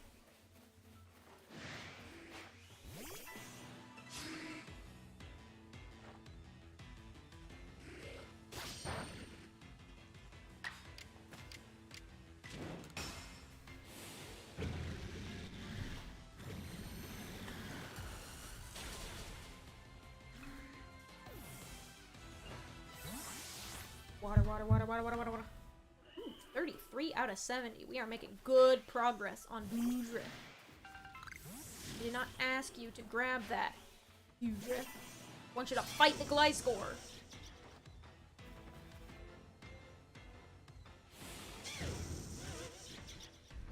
Speaking of cool real-world animals, there are owls living near my house. There have been owls living near my house for a long time, but I have been seeing them occasionally, and it makes me very happy.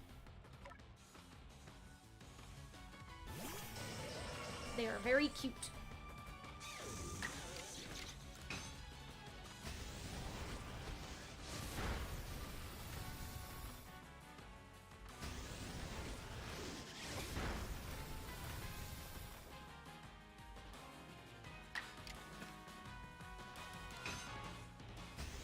Oh, that's because Gliscor is a level 77 for some godforsaken reason. So it kicked my ass. Excuse me, burp.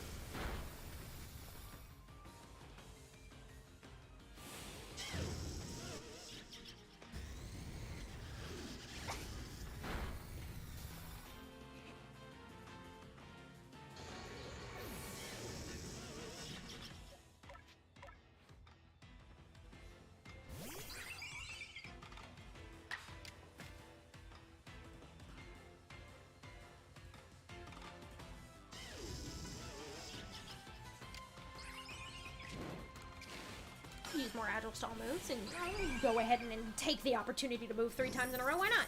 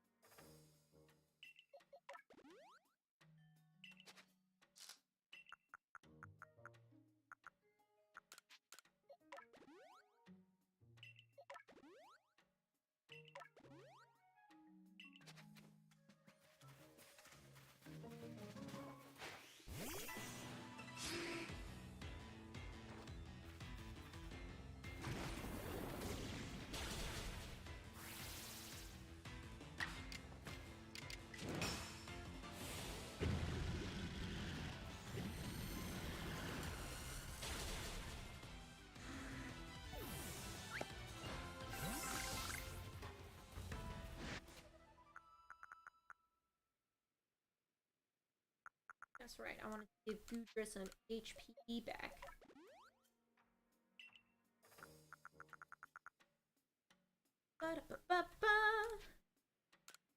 Ba-da-ba-ba. You are getting low on that. Is anyone else getting low on anything else? Could be the case.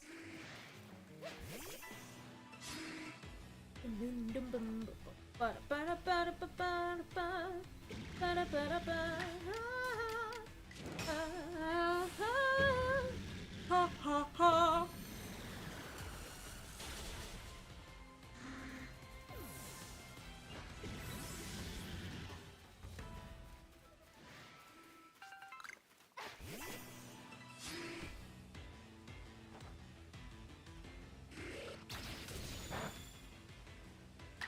These Gleeger spawns, making it very easy.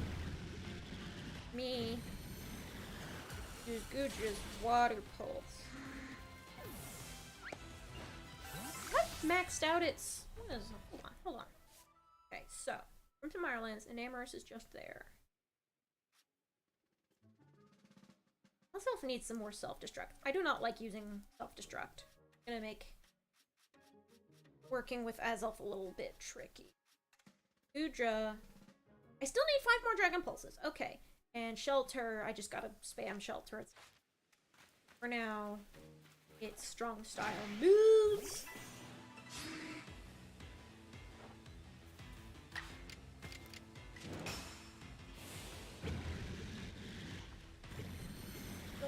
We are still going. Good. Great, even. Nice.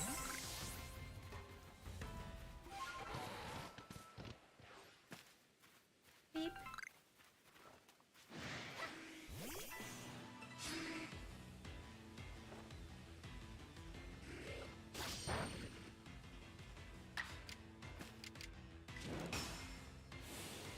style water pulse.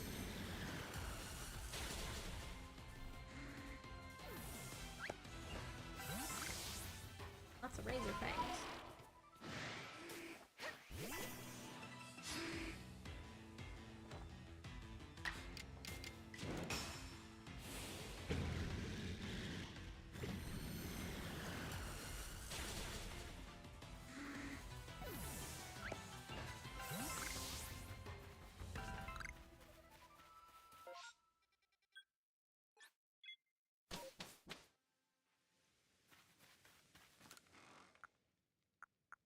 Stuff away into the box. Too many tubblestones. Seems to happen more and more often these days.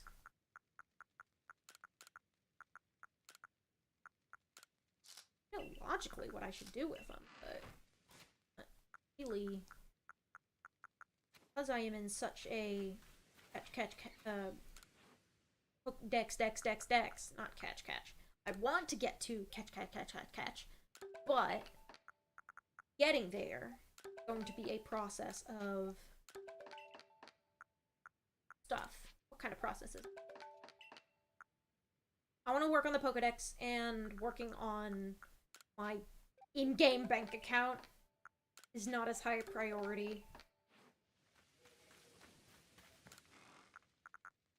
Because that's all I would really catch Pokemon for anymore.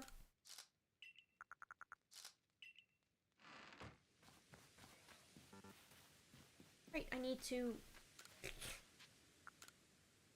I want to see my Pokemon. I'm done with Trimeco.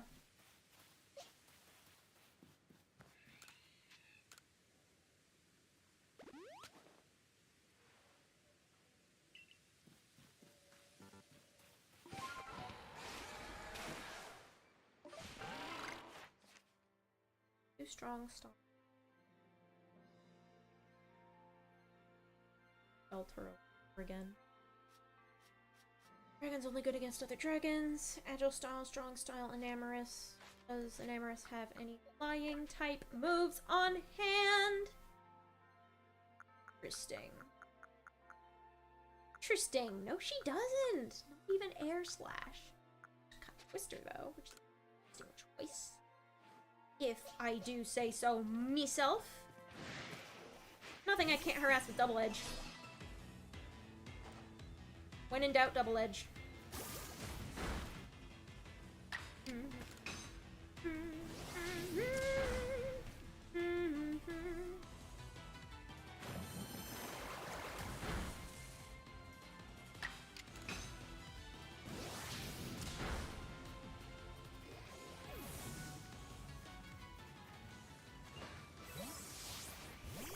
Whoa.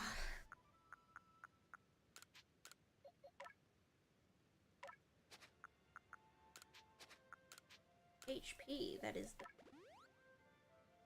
His HP, that is the thing!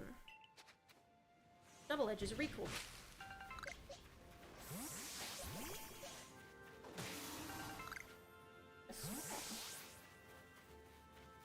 But I remember Forces of Nature being a little bigger than that. Oh, and also... I've always thought the incarnate forms of the Forces of Nature were ugly as sin, so... Enamorous... I think Enamorous could have been better.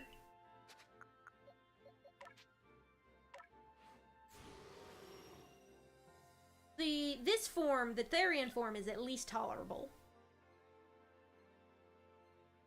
Funky looking turtle. And she gets the mustache back.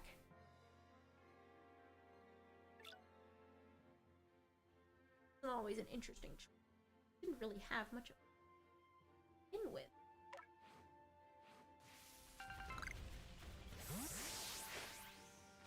Boink.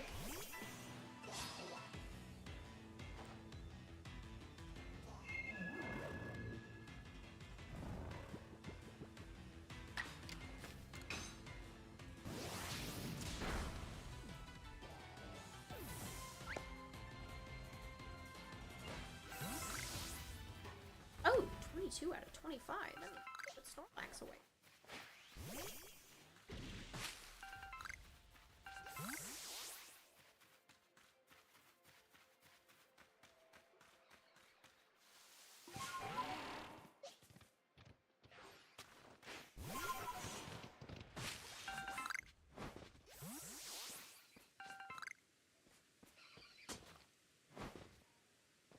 Funky camera. Just stanky cam.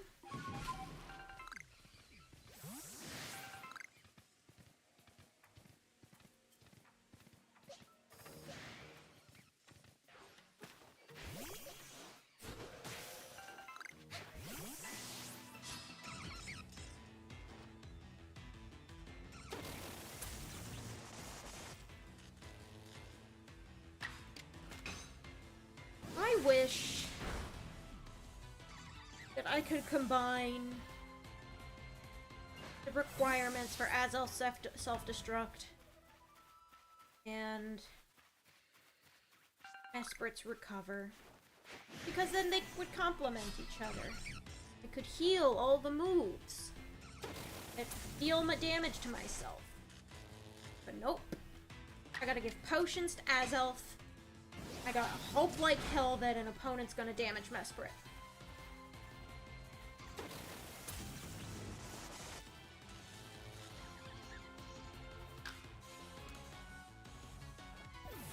I'll withdraw you for now. Pause. Menu up. Berry. Root. Potion.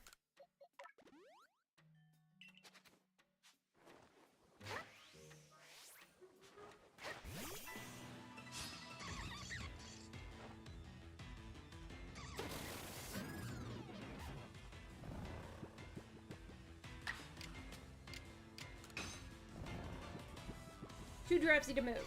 Typical Snorlax.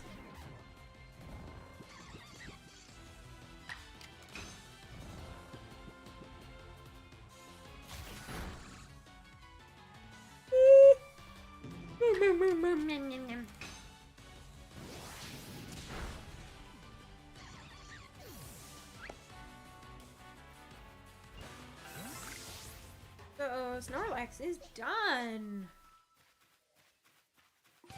Might have Azelf, because Azelf has Fry attack. Let's see if Mesprit takes it.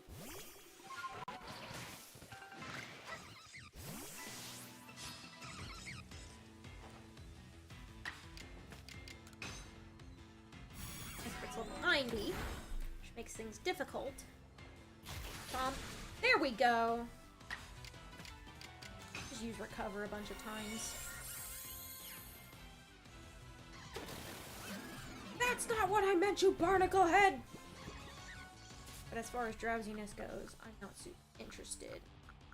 Going to allow that, so... fuck it. That healing items.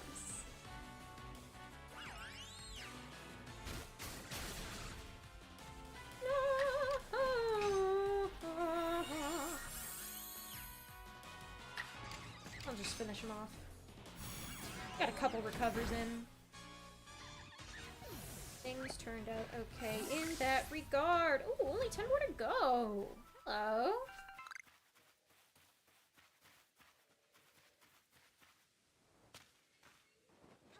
I wanted those mushrooms. They slide all the way down. Interesting lighting. It's very orange.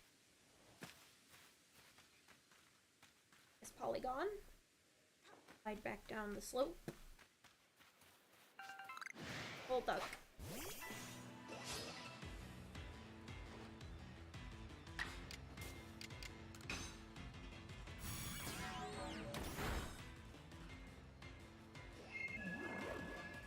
Yep. And has managed to be very nice and weak. Another Chesto Berry on hand. I do.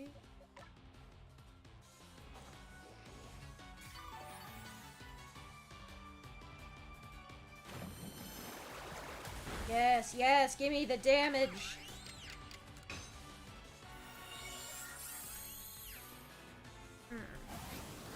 Crunchy knuckle.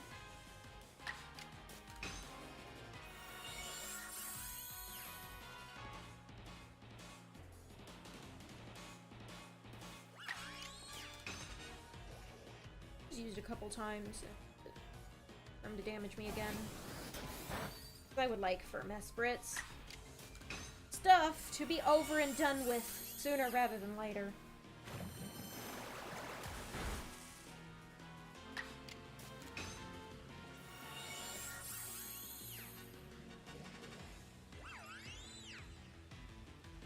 Avoided the attack. I'm gonna use but clicked. Muscle memory. Up, up, up, up. Yeah, I mentioned it. Okay. Alright. Mumbling something. A lower tone of voice. Given my gain, I'm not sure if I'm speaking loud enough for my mic to pick it up like I am right now. So, just gotta be good at stuff.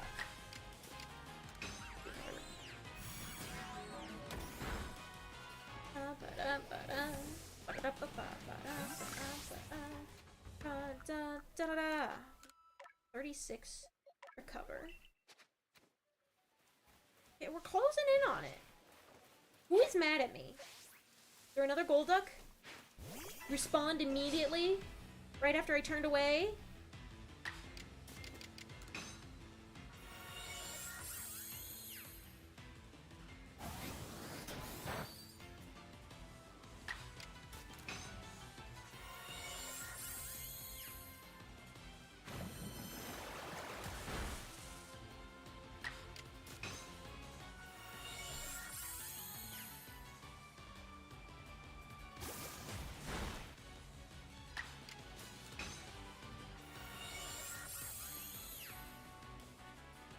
I think we did it. I think that counts. KO this Golduck just to see. We did it! Mesprit is done.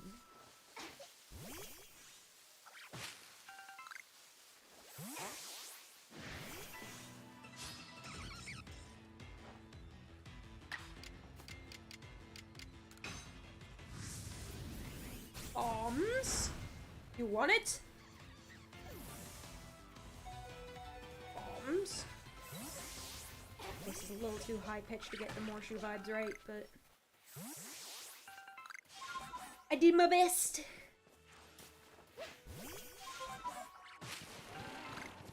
That leaf. Give me the leaf.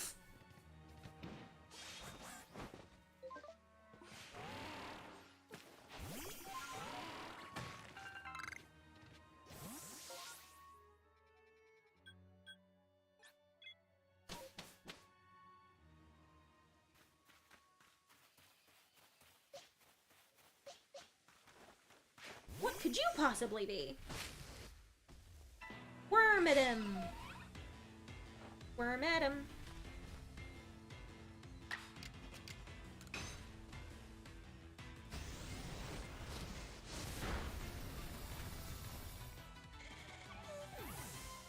Punchy elbows brigade. How many times I have to use Giga Impact? Because if it says 12, and that means it's probably closer to 25, if anything. So you have to use it 25 times. Iron Head, I'm still not done with. Interesting. Strong style moves that are going to rise the bulk of my shenanigans with Gigas. Necessary, but I felt like doing. Rotom.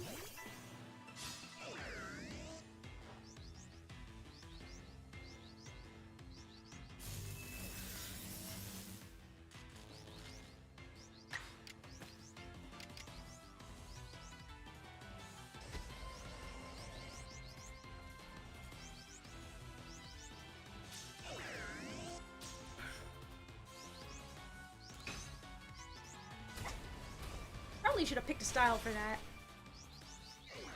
Wasn't thinking. I'm in a very zero brain cells kind of mood, you know? Look at the gravestone. I want to pick the flowers next to it. Give me the bugwort.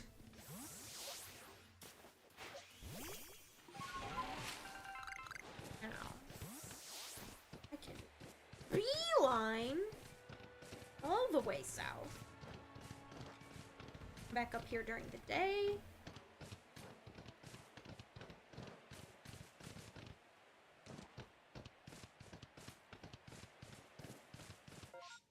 The night's probably ending pretty soon.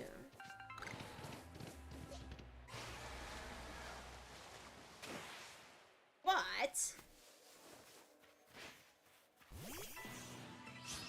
Would like to get in some fights with the fairies.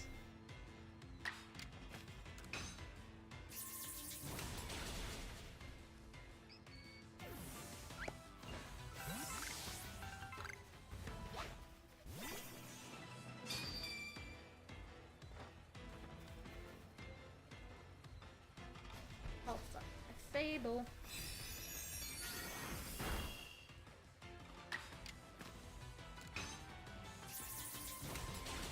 Iron Head is not one of the style moves. It is a move that just goes straight into the research. I don't need to bother with style just yet. Which is nice. Up regardless.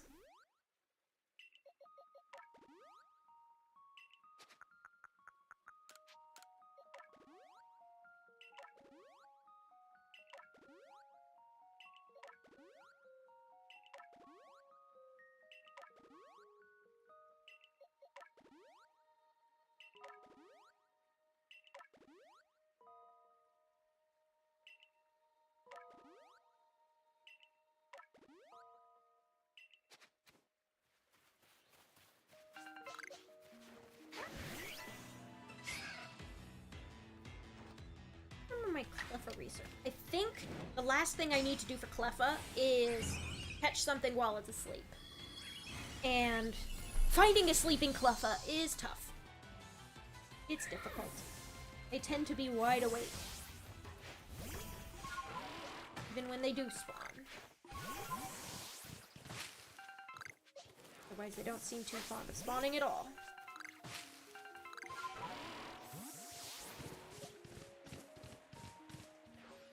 Scoob.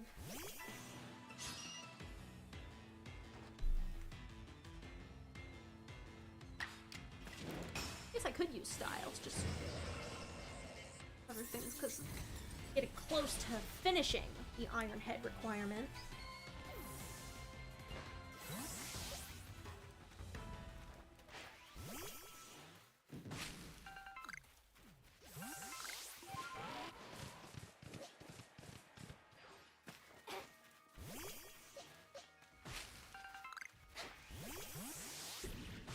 That's not what I want, you barnacle head! Ah, backstrike.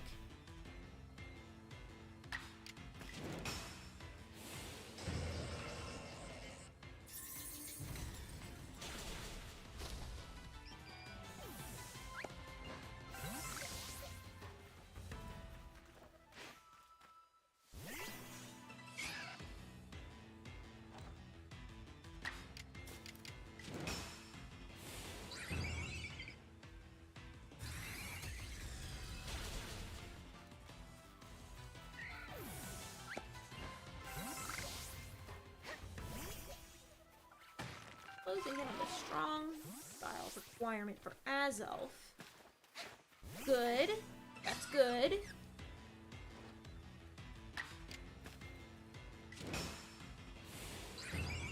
Agile style is the real meat of it. They make you use 70 of them.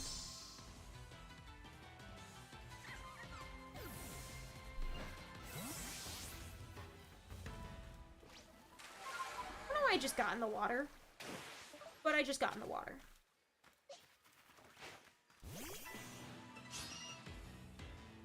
I'll try a regular Iron Head.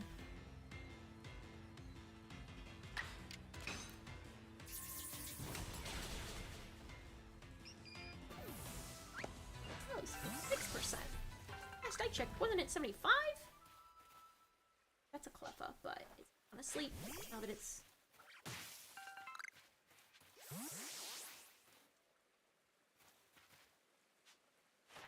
Yeah, I just need to catch while it's asleep.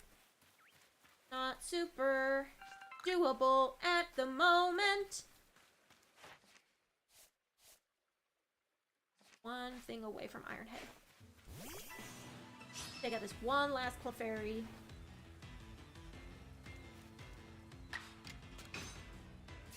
And we're golden!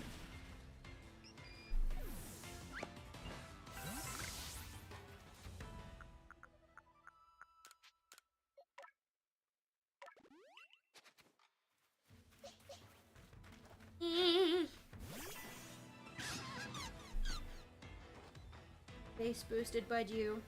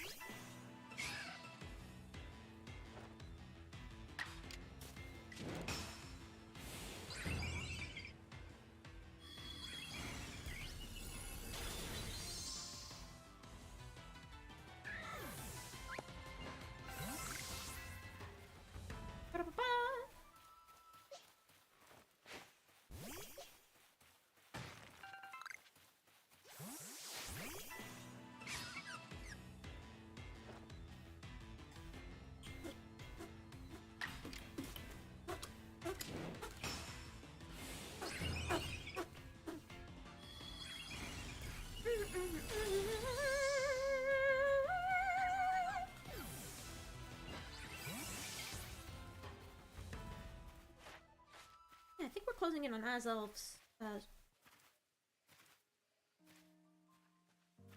don't know why it's so much easier to pick Iron Bark Tongue when you are on the back of Weird Ear, but it is.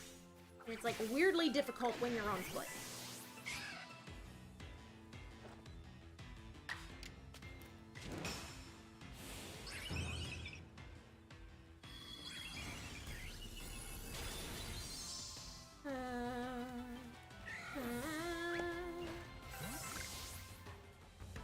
I did say, last I checked. Ah, yes. What was it?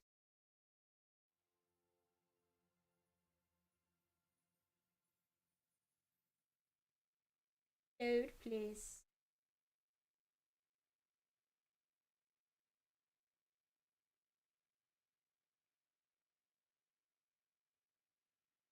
Maybe it just was. It doesn't seem any donations I missed despite plugging in and turning up the sound. That's fine though.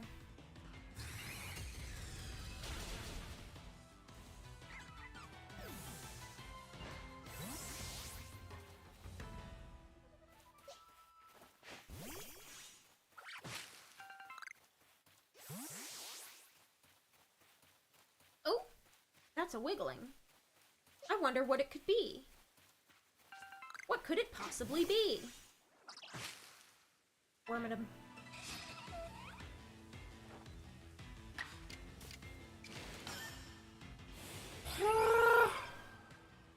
Wormadam.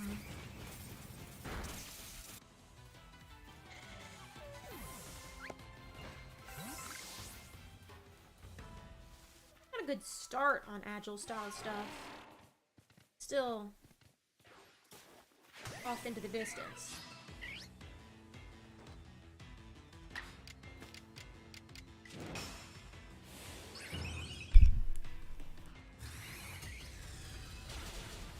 Out of my wrists crackling.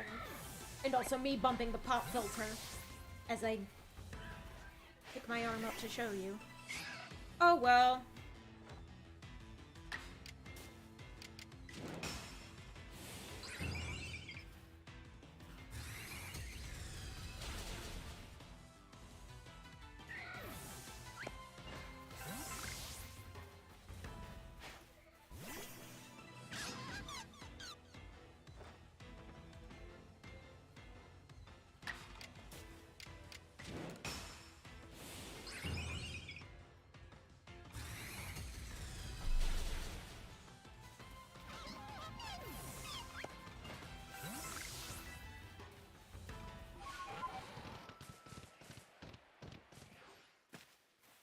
there more Pokemon I can harass over here?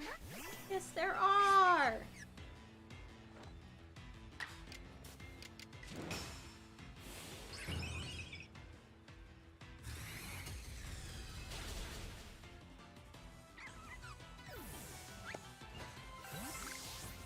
Now, Azelf is due for agility first and foremost. Okay, bye.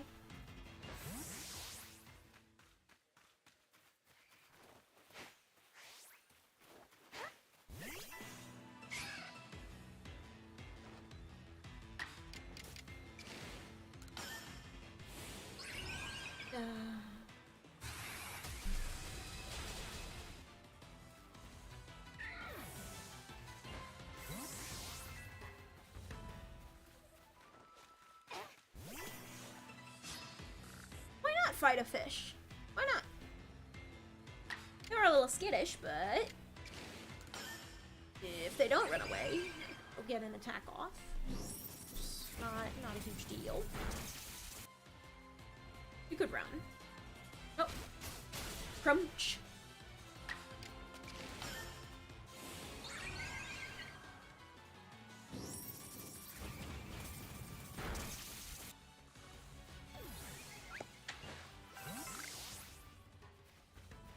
Yeah. 30 away from beating Azelf, and also I still have to do self-destruct. I'm just gonna let Azelf faint. Fuck it. I don't even know what came over me. The spirit of muscle memory possessed me yet again.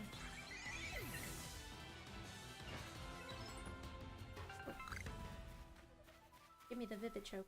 Right. Unless I win the battle and then I have to pick myself. I keep going back to the Lonely Spring. The reason I do that is because when the trees shake, there can be Cherubi and Chirim in those trees. If I just pop one of them out of those trees, be a little bit closer to perfecting their dexes.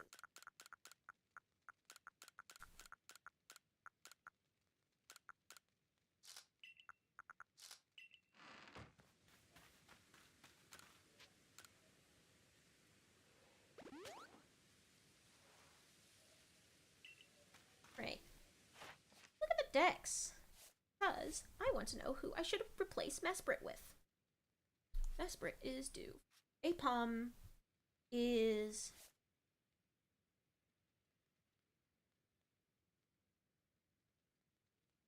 just kind of runs around in public. In Alabaster Iceland, so I don't know if they show up in trees. I feel like it's mostly Trash Cloak Wormadam. These two suckers are encounter-based goals. Snorlax is done. Wait, no. So, who in Ireland? Ruby and Chirim again. Toxicroak, that's right.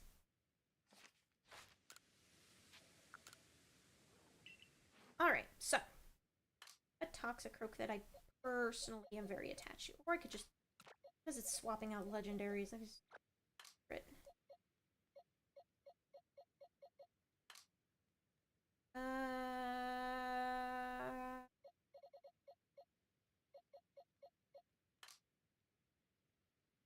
Relax a Toxicroak. Specifically, this shiny Toxicroak I caught a little while back. Goodness, we have so much stuff.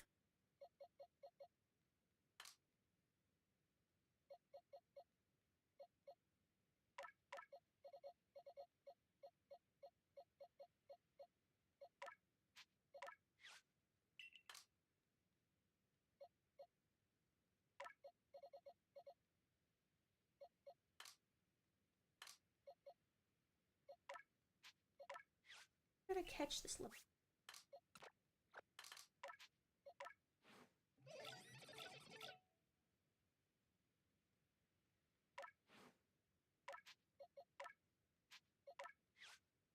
One of those little things we like to call an outbreak.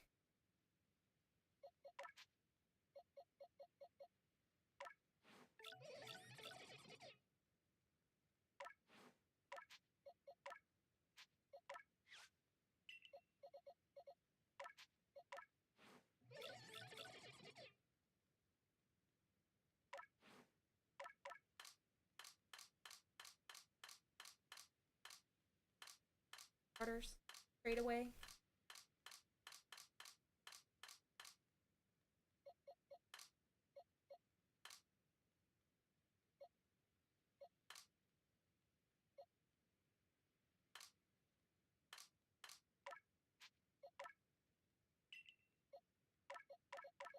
Just claw.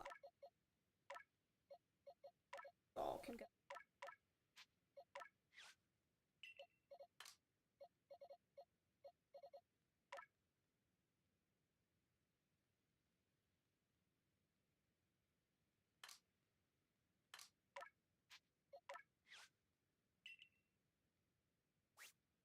Keep the shiny on hand.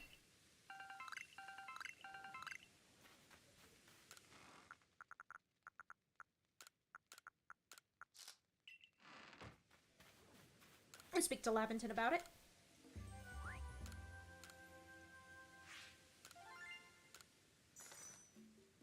Ba-da-da-da. Ba-da-da-da. Ba-da-da-da.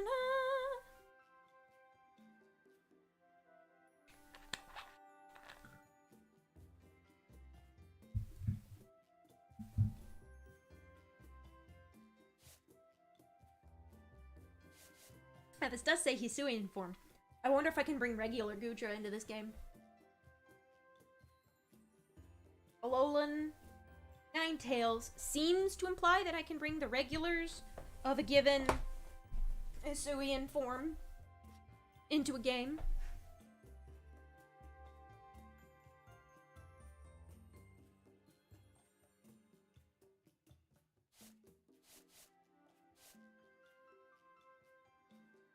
Da-da-da-da. Da-da-da-da. Ba-da-da-da.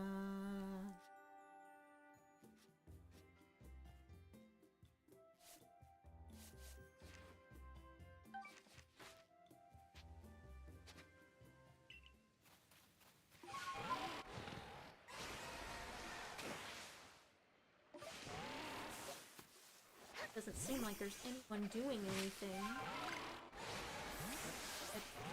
In terms of shaky trees that could shake, but don't seem to want to.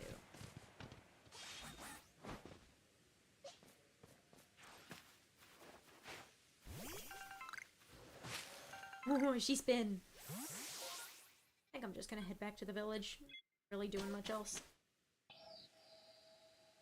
How is Gliscor doing? I feel like I've...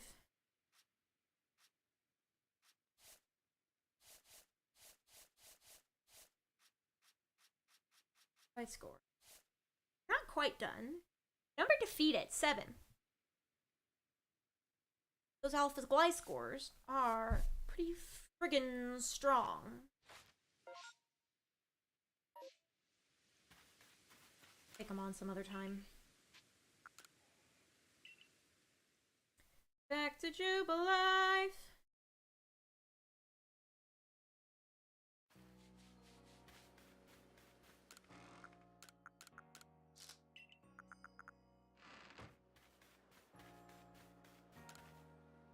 Ooh, massive. Okay, I guess we're going back to the Coronet Islands, guys. Ah, joy. Fun. Fun, fun, fun, fun, fun, fun, fun, fun.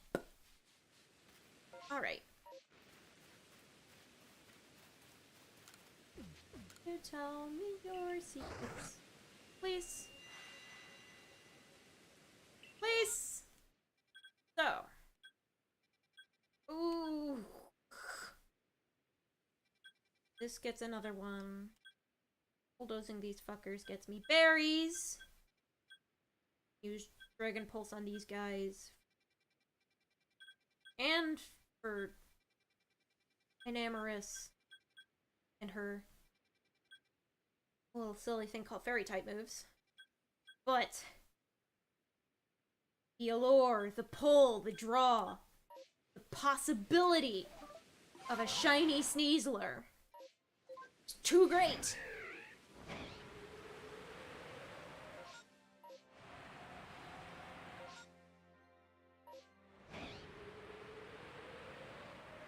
I like Sneasler a lot. I also like Hisuian Sneasel in general.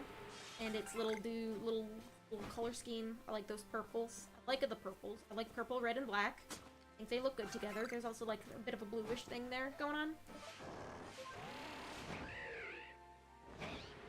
And things that can happen with that palette. Highly possible that Shiny Sneasler and Shiny Hisuian What's-Her-Face. I'm just gonna skip fighting Clover for now. He could give me a hard time, but man.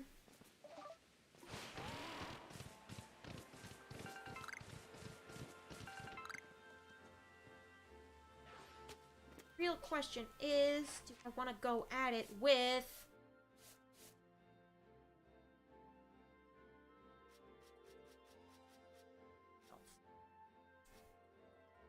you can use extra sensory, which also counts. But you're weak to poison, which would reasonably fuck you up. Fuck it! Agile style, psychic type moves.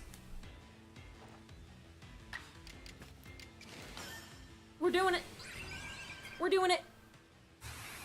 It's happening.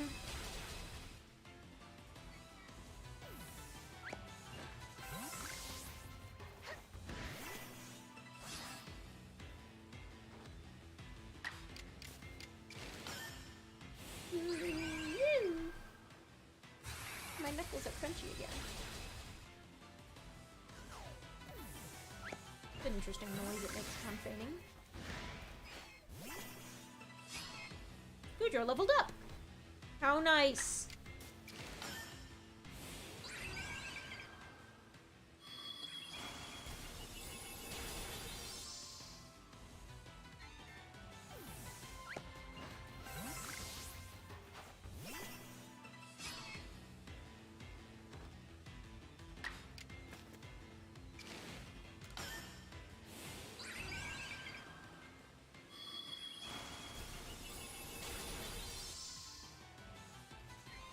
A little confused by us for a second, but the battle was flipped around.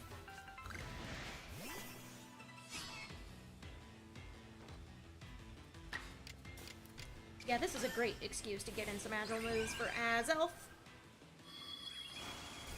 The off chance that one of them's shiny, that would be nice, would be very nice, but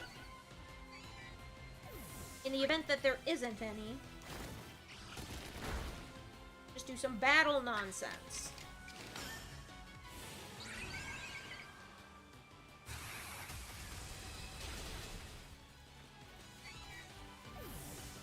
Sneasel out here. There are Sneasels out here.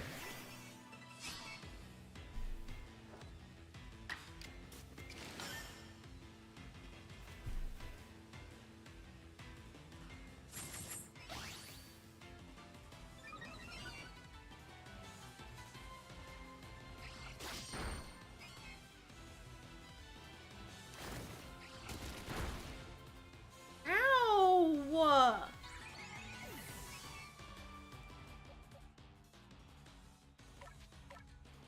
Strong style moves.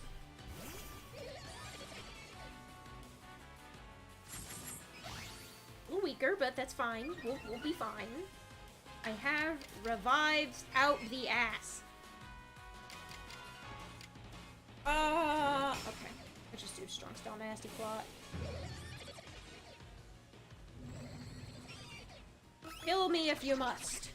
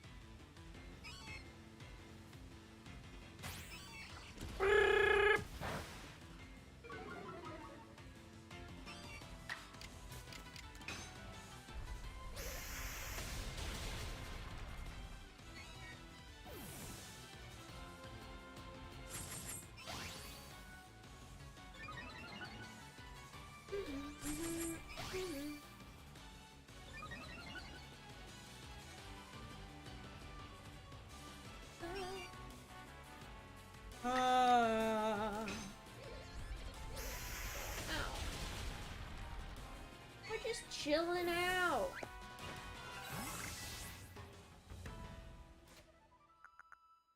So, revive.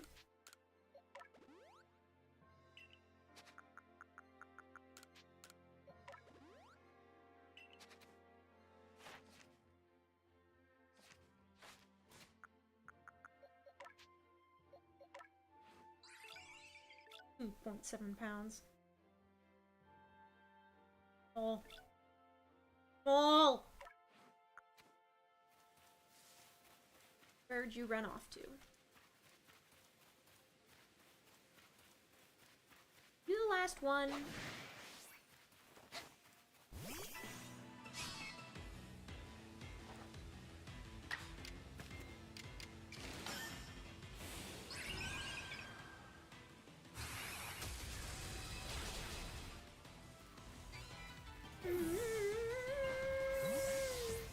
Order Pokemon seem to be gone. Alright.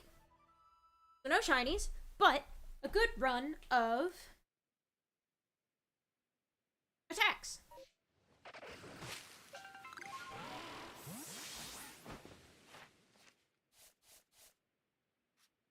You also still need to... You need to use extrasensory once.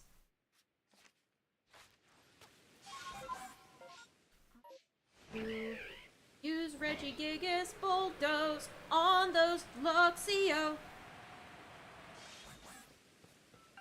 Use these fuckers. On's Mirror. Get the mushroom. I want berries.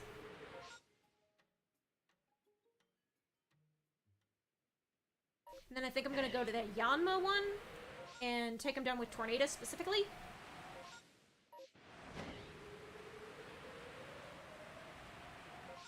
I'm gonna see if I can try to pass them into a bite, take them out with an even blend of Enamorous and Goodra.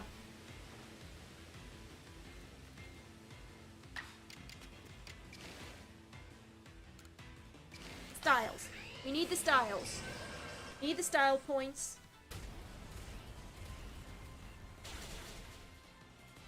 We can hit him in one. We can get him in one with an agile style bulldoze, which is good.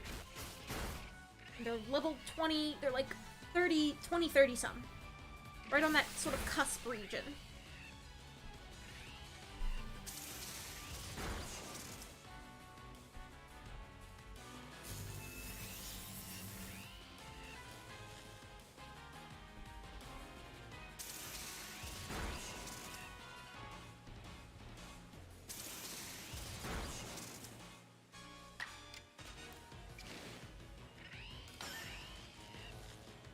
Paralysis! My worst enemy!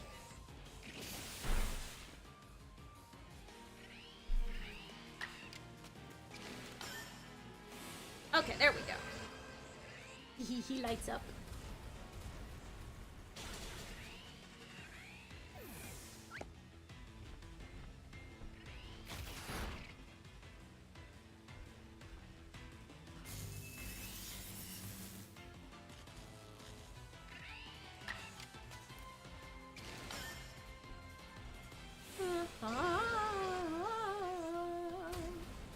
Got good connectivity tonight.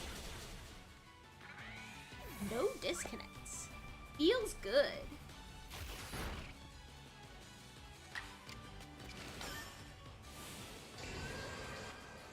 Hell yeah. Hell yeah. Impressive progress made. I'm gonna... Difference. Agile style move. Okay, so we're getting very close. Bulldoze, do you love? Not just the HP. Berries down your non-existent gullet.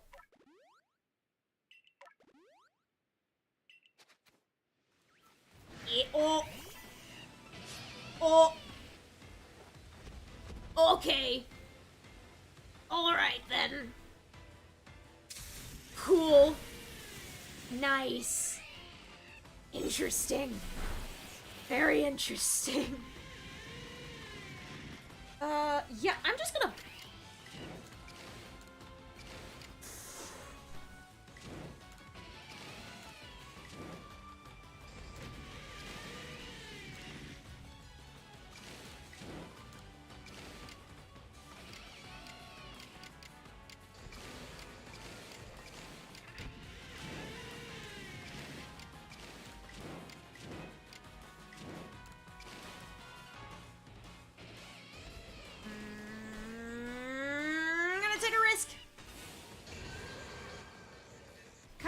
problem, but...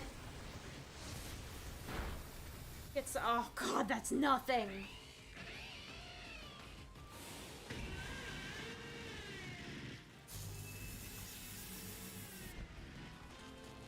Are you a bad enough dude to kill God?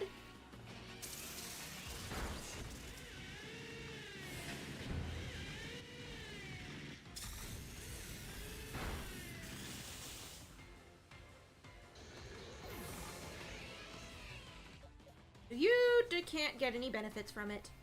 You... What am I doing? Yeah, I could pop a shelter.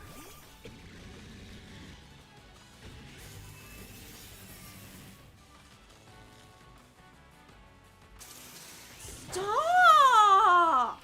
Okay, we're just gonna shelter. Reduce their accuracy. And reduce and increase my defense.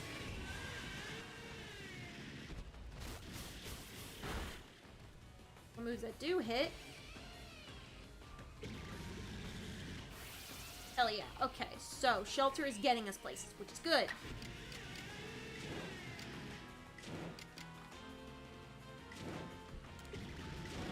I'm not confident in the ability of something with 100 to do anything, because that's what Giga Impact did. And also, I just need more turns in a row. So, strong style is a risk.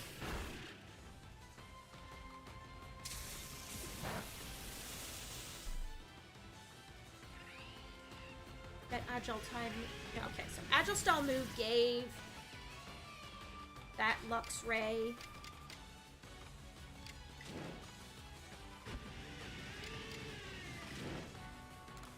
My brisket? I'm risking it for the biscuit.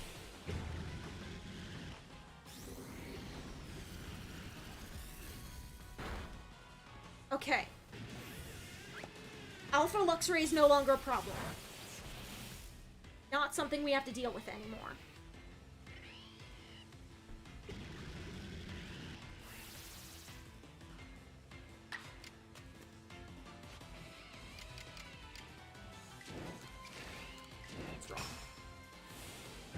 Strong is all I can do for H-Goodra's research.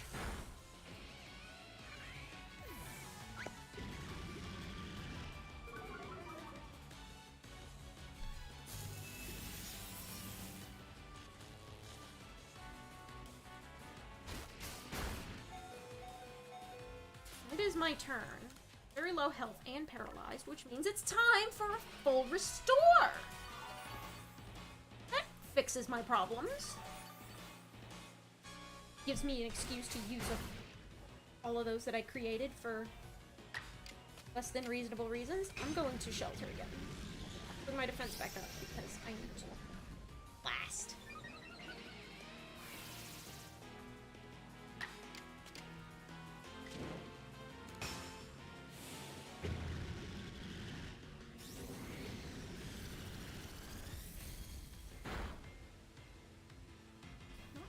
Not quite.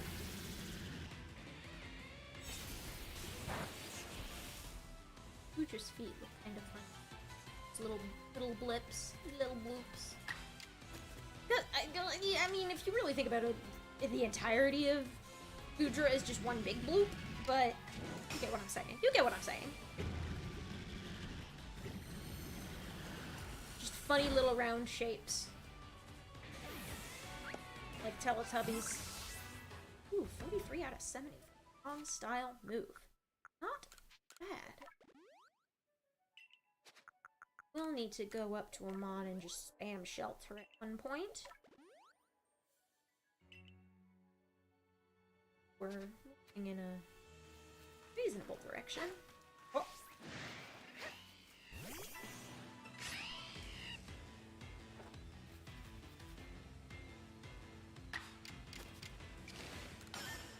Use agile style bulldoze, regardless of whether or not we've actually finished it.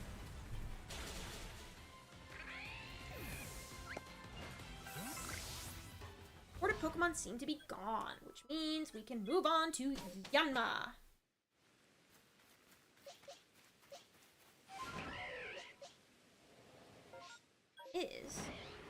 Will the Yanma be very strong? Or maybe more of like a mid-level? Toxicroak is kind of weak compared to most massive mass outbreak Poggymans. Nope. Oh. No, yeah, you're level 60. Which means boink! Tornadus!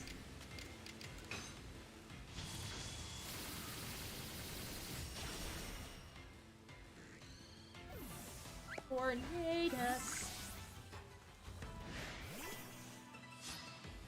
Got some flickering trees in the distant distance. In the distant distance, of course!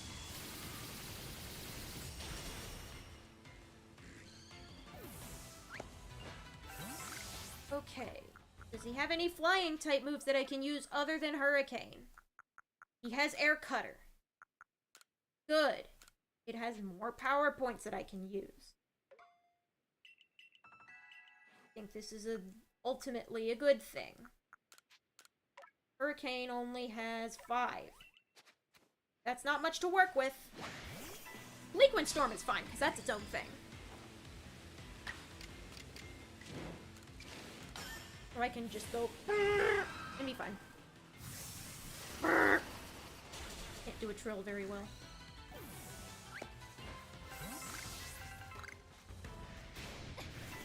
There's an alpha out there.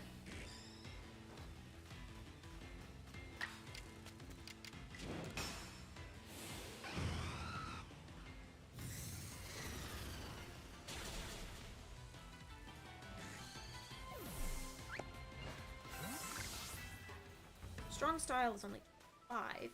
Is a good start. There's a yawn. Blech. I'll save a Blink Wind.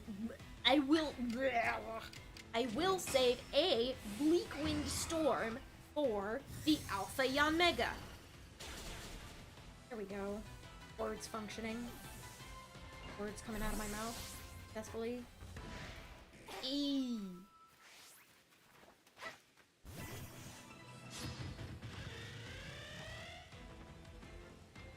Very glowy red eyes. At least it's not double super.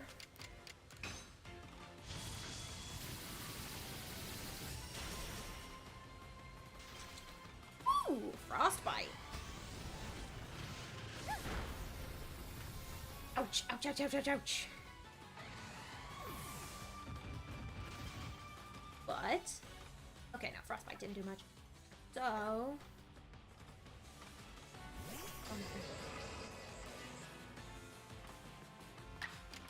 slow to get going, and yet despite that, I still get to go right away. Finish them all.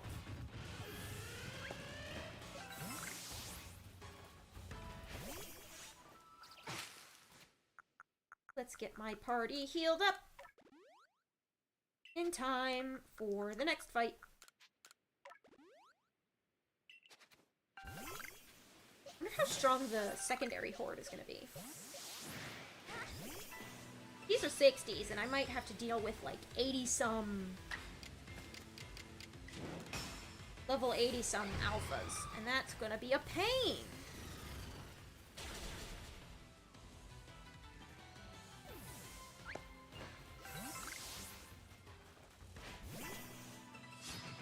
I just thought there was 2 of them. I keep forgetting they have little wings on their tails.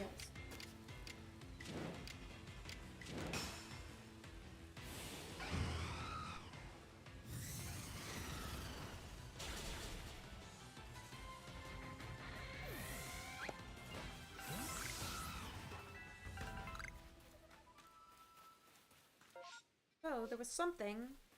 Maybe a new horde forming. Here you are. There you are! Wasting my time. Bug.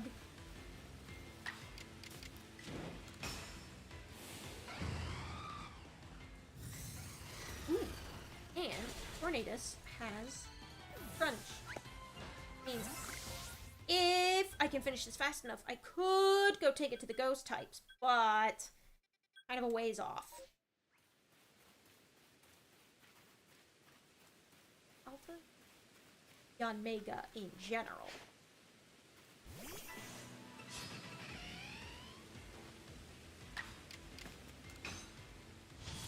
Oh, I'm not standing close enough for the battle. That's why the music was quiet. That's why.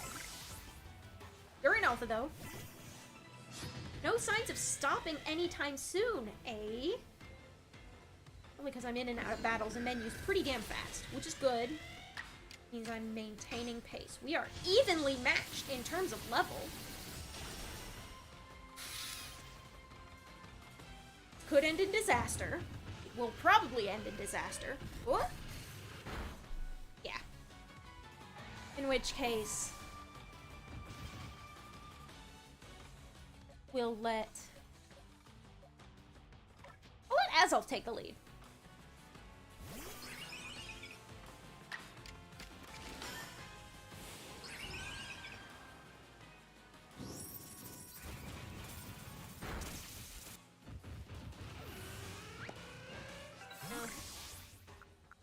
That way, get closer, and we get ever closer to our ultimate goal, beating Azelf Desk. Dex, not desk. Would like a complete desk.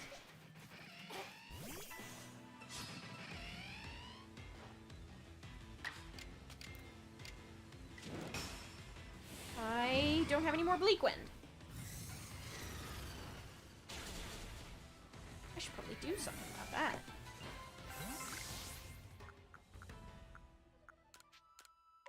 There, I did something about it. Bugs go. There the bugs go.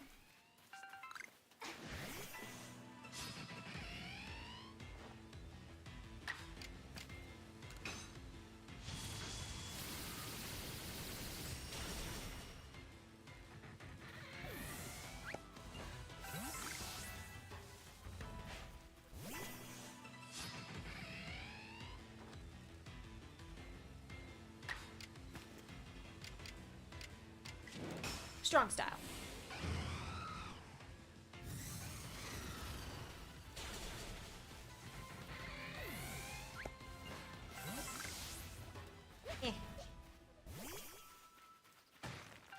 I wanted that Stardust.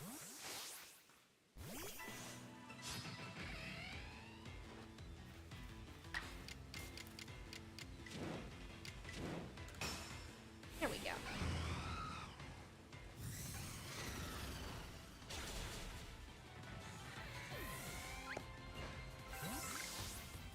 Strong style is There's still one more. Another. No, they run off to weird places whenever you fight. They're not included. Back here, I think? I don't want to waste too much time. Especially if it, like, despawns in a way that I have to leave and come back.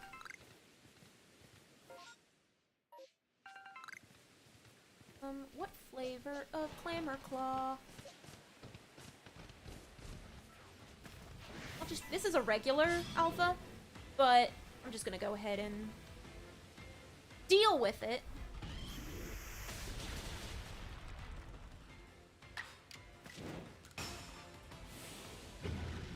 Nice.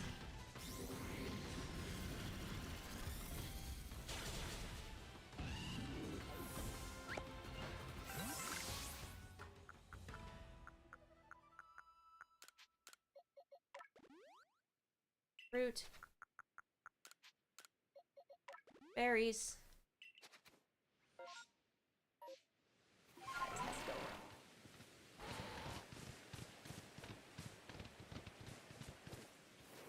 What's up? There you are. You have come back.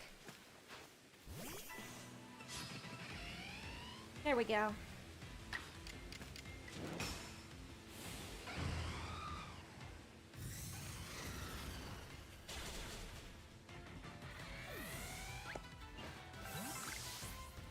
part of Pokemon seem to be gone. Cool. Which means now we can book it over to the Gabite. Bother them for a bit.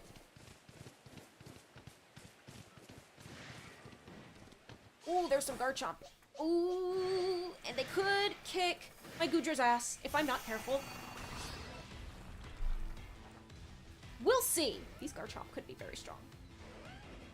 45 is a reasonable number, a reasonable level for Goodra to deal with. I'm gonna just keep going strong style until Goodra keels over and dies.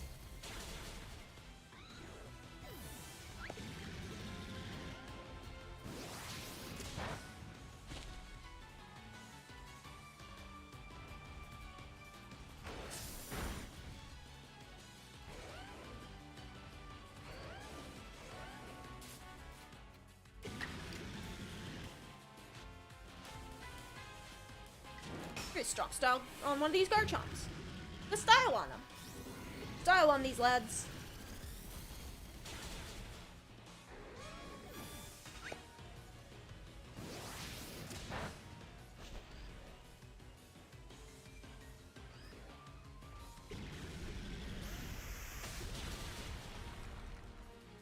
And since that's just a KO, I'm just gonna back out and recoup using items.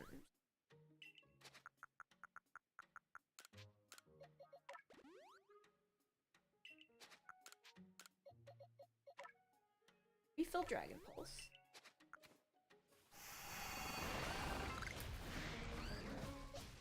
What if Amorous? I'll take an Amorous for a bit, because she's got some good resistances. Resist dragon. She is immune to dragon and ground.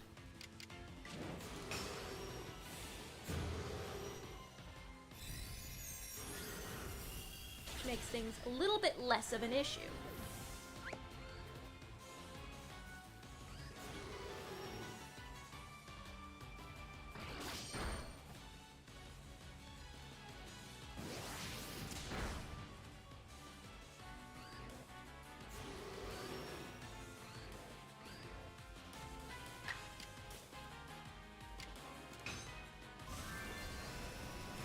Storm, why not? Good tidings! Got little scales on her neck.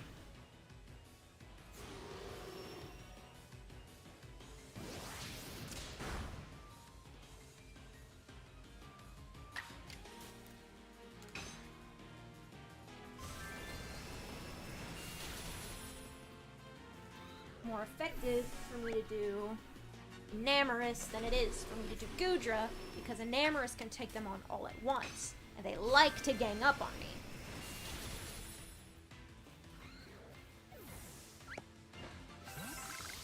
A lot of noises about shark-infested waters. What about shark-infested caves?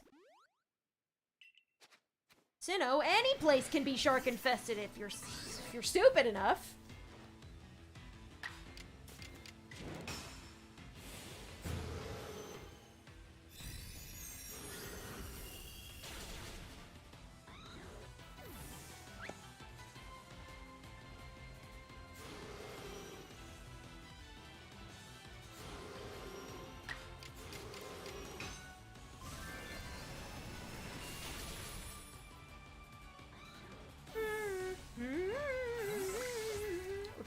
Seem to be gone. That was fast. Alright. Okay. Right. I wanted to go after those Dusclops next. Just for EXP's sake.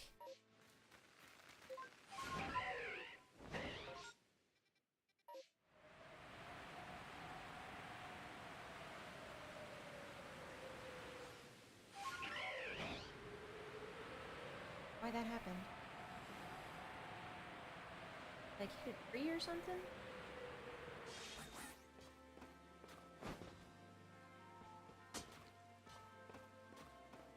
Huh.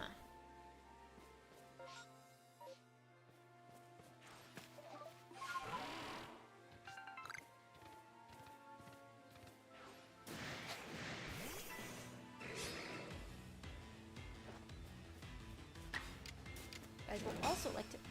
Okay, that's what... Heard a little tip-tap into one of them.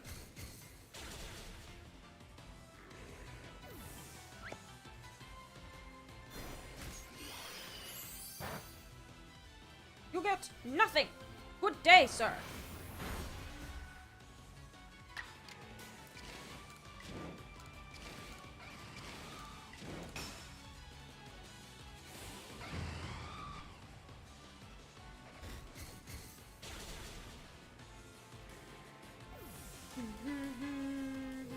The flickering mountain in the background there.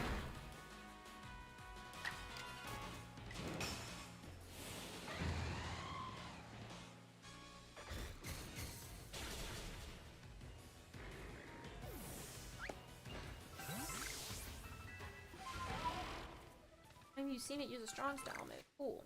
Cool beans. That means I can switch to Agile soon.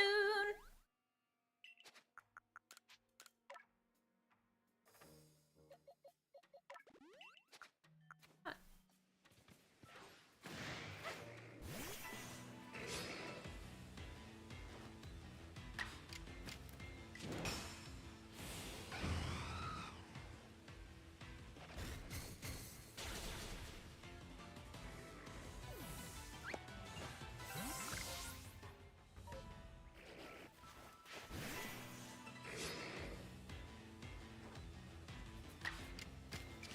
Switch to Agile style moves, which may be less likely to deal the damage I need, but no. Agile one-hit KOs a level 61. Okay, we'll see what it does for 62s, but 61 and less, we should be fine. Shadow Ball.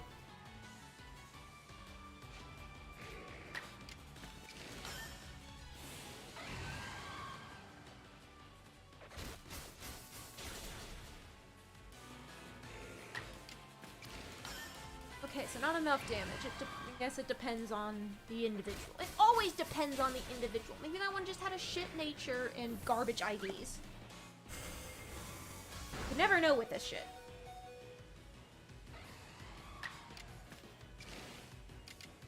I'm gonna do Bleak Wind. I feel like it's...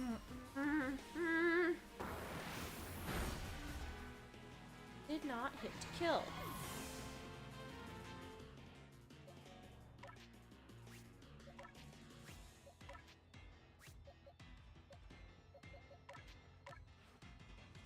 What if...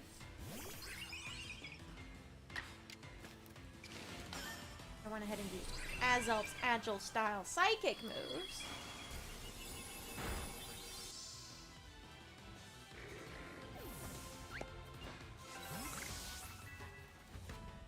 They go on a bit long. Still got time.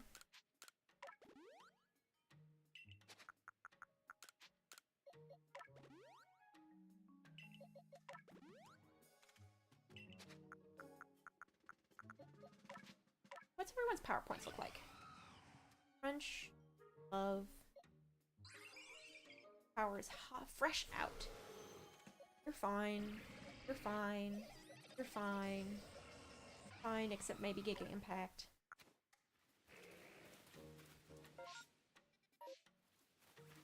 Or fucker, hiding behind me like that. Don't you know that's rude?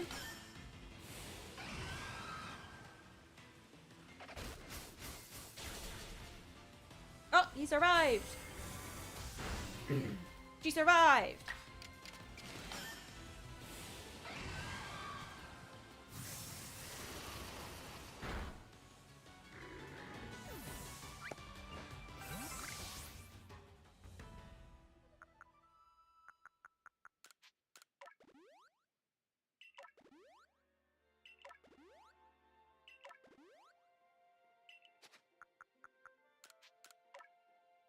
Crunch.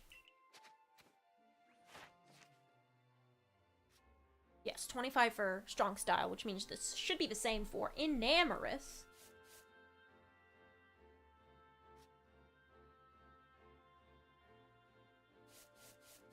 You've done your strong style.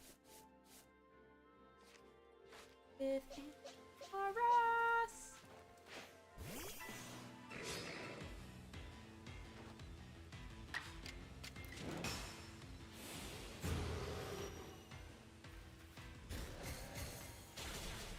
I like it when she spin. Spin! Ported Pokemon seem to be gone. Okay. Be fast. What if I go up here? Take a break. Due south. Break for it south.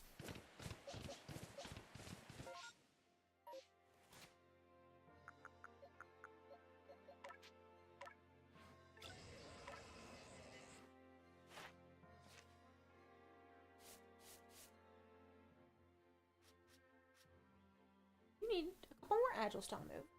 A strong style move. Keep going on those. And Giga Impact.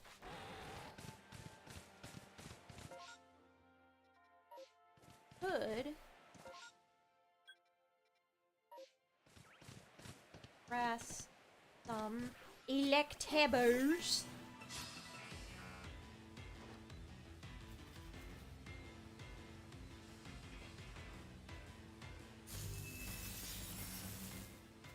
Curses! Paralysis.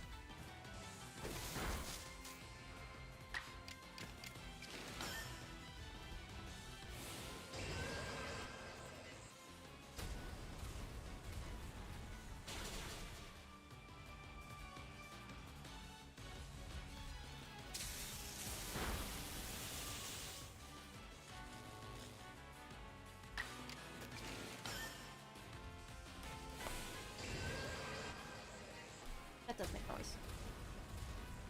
My microphone is capable of picking up the sound of me fiddling with my waistband.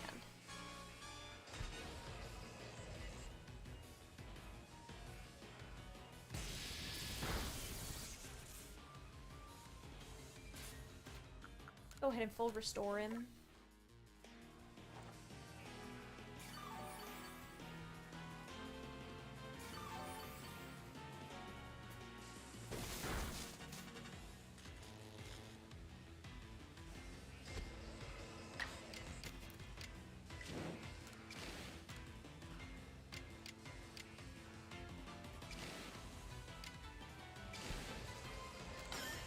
Agile one. Gosh, diddly darn Thunderwave. Ugh.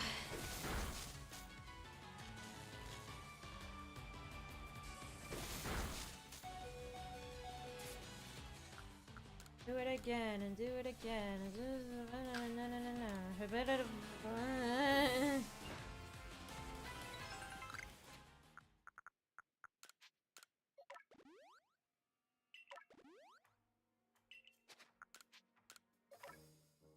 restore Bulldoze a bit.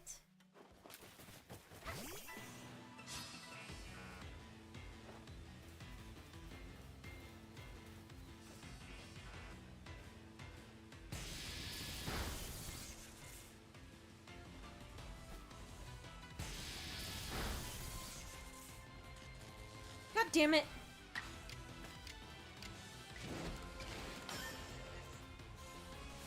There we go. Okay. Okay. Awesome. Didn't faint, didn't knock out.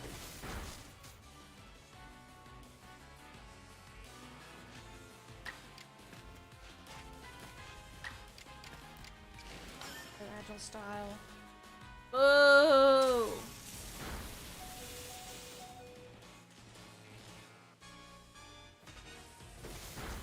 Suppose I'll just let in whatever poor schmuck is next. I have an idea of what poor schmuck could be next.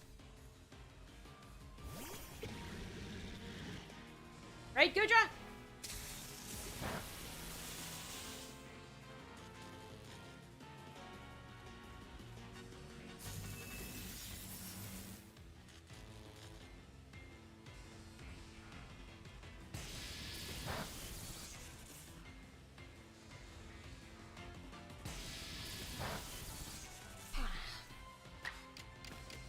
Shelter.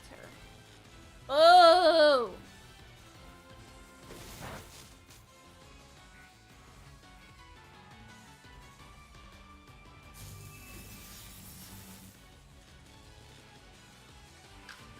idea. Leave!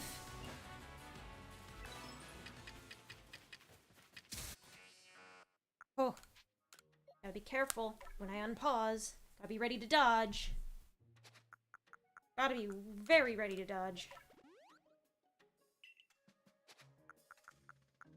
Oh boy.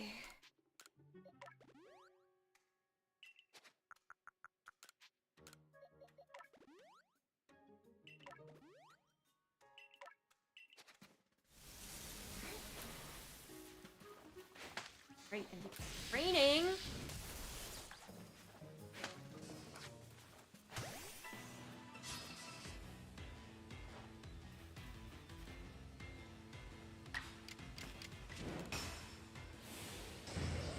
Because when you stun them, pick them out from a crowd.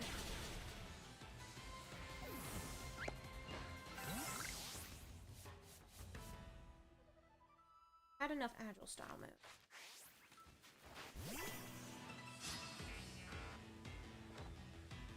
Just strong and Giga Impact from here on out.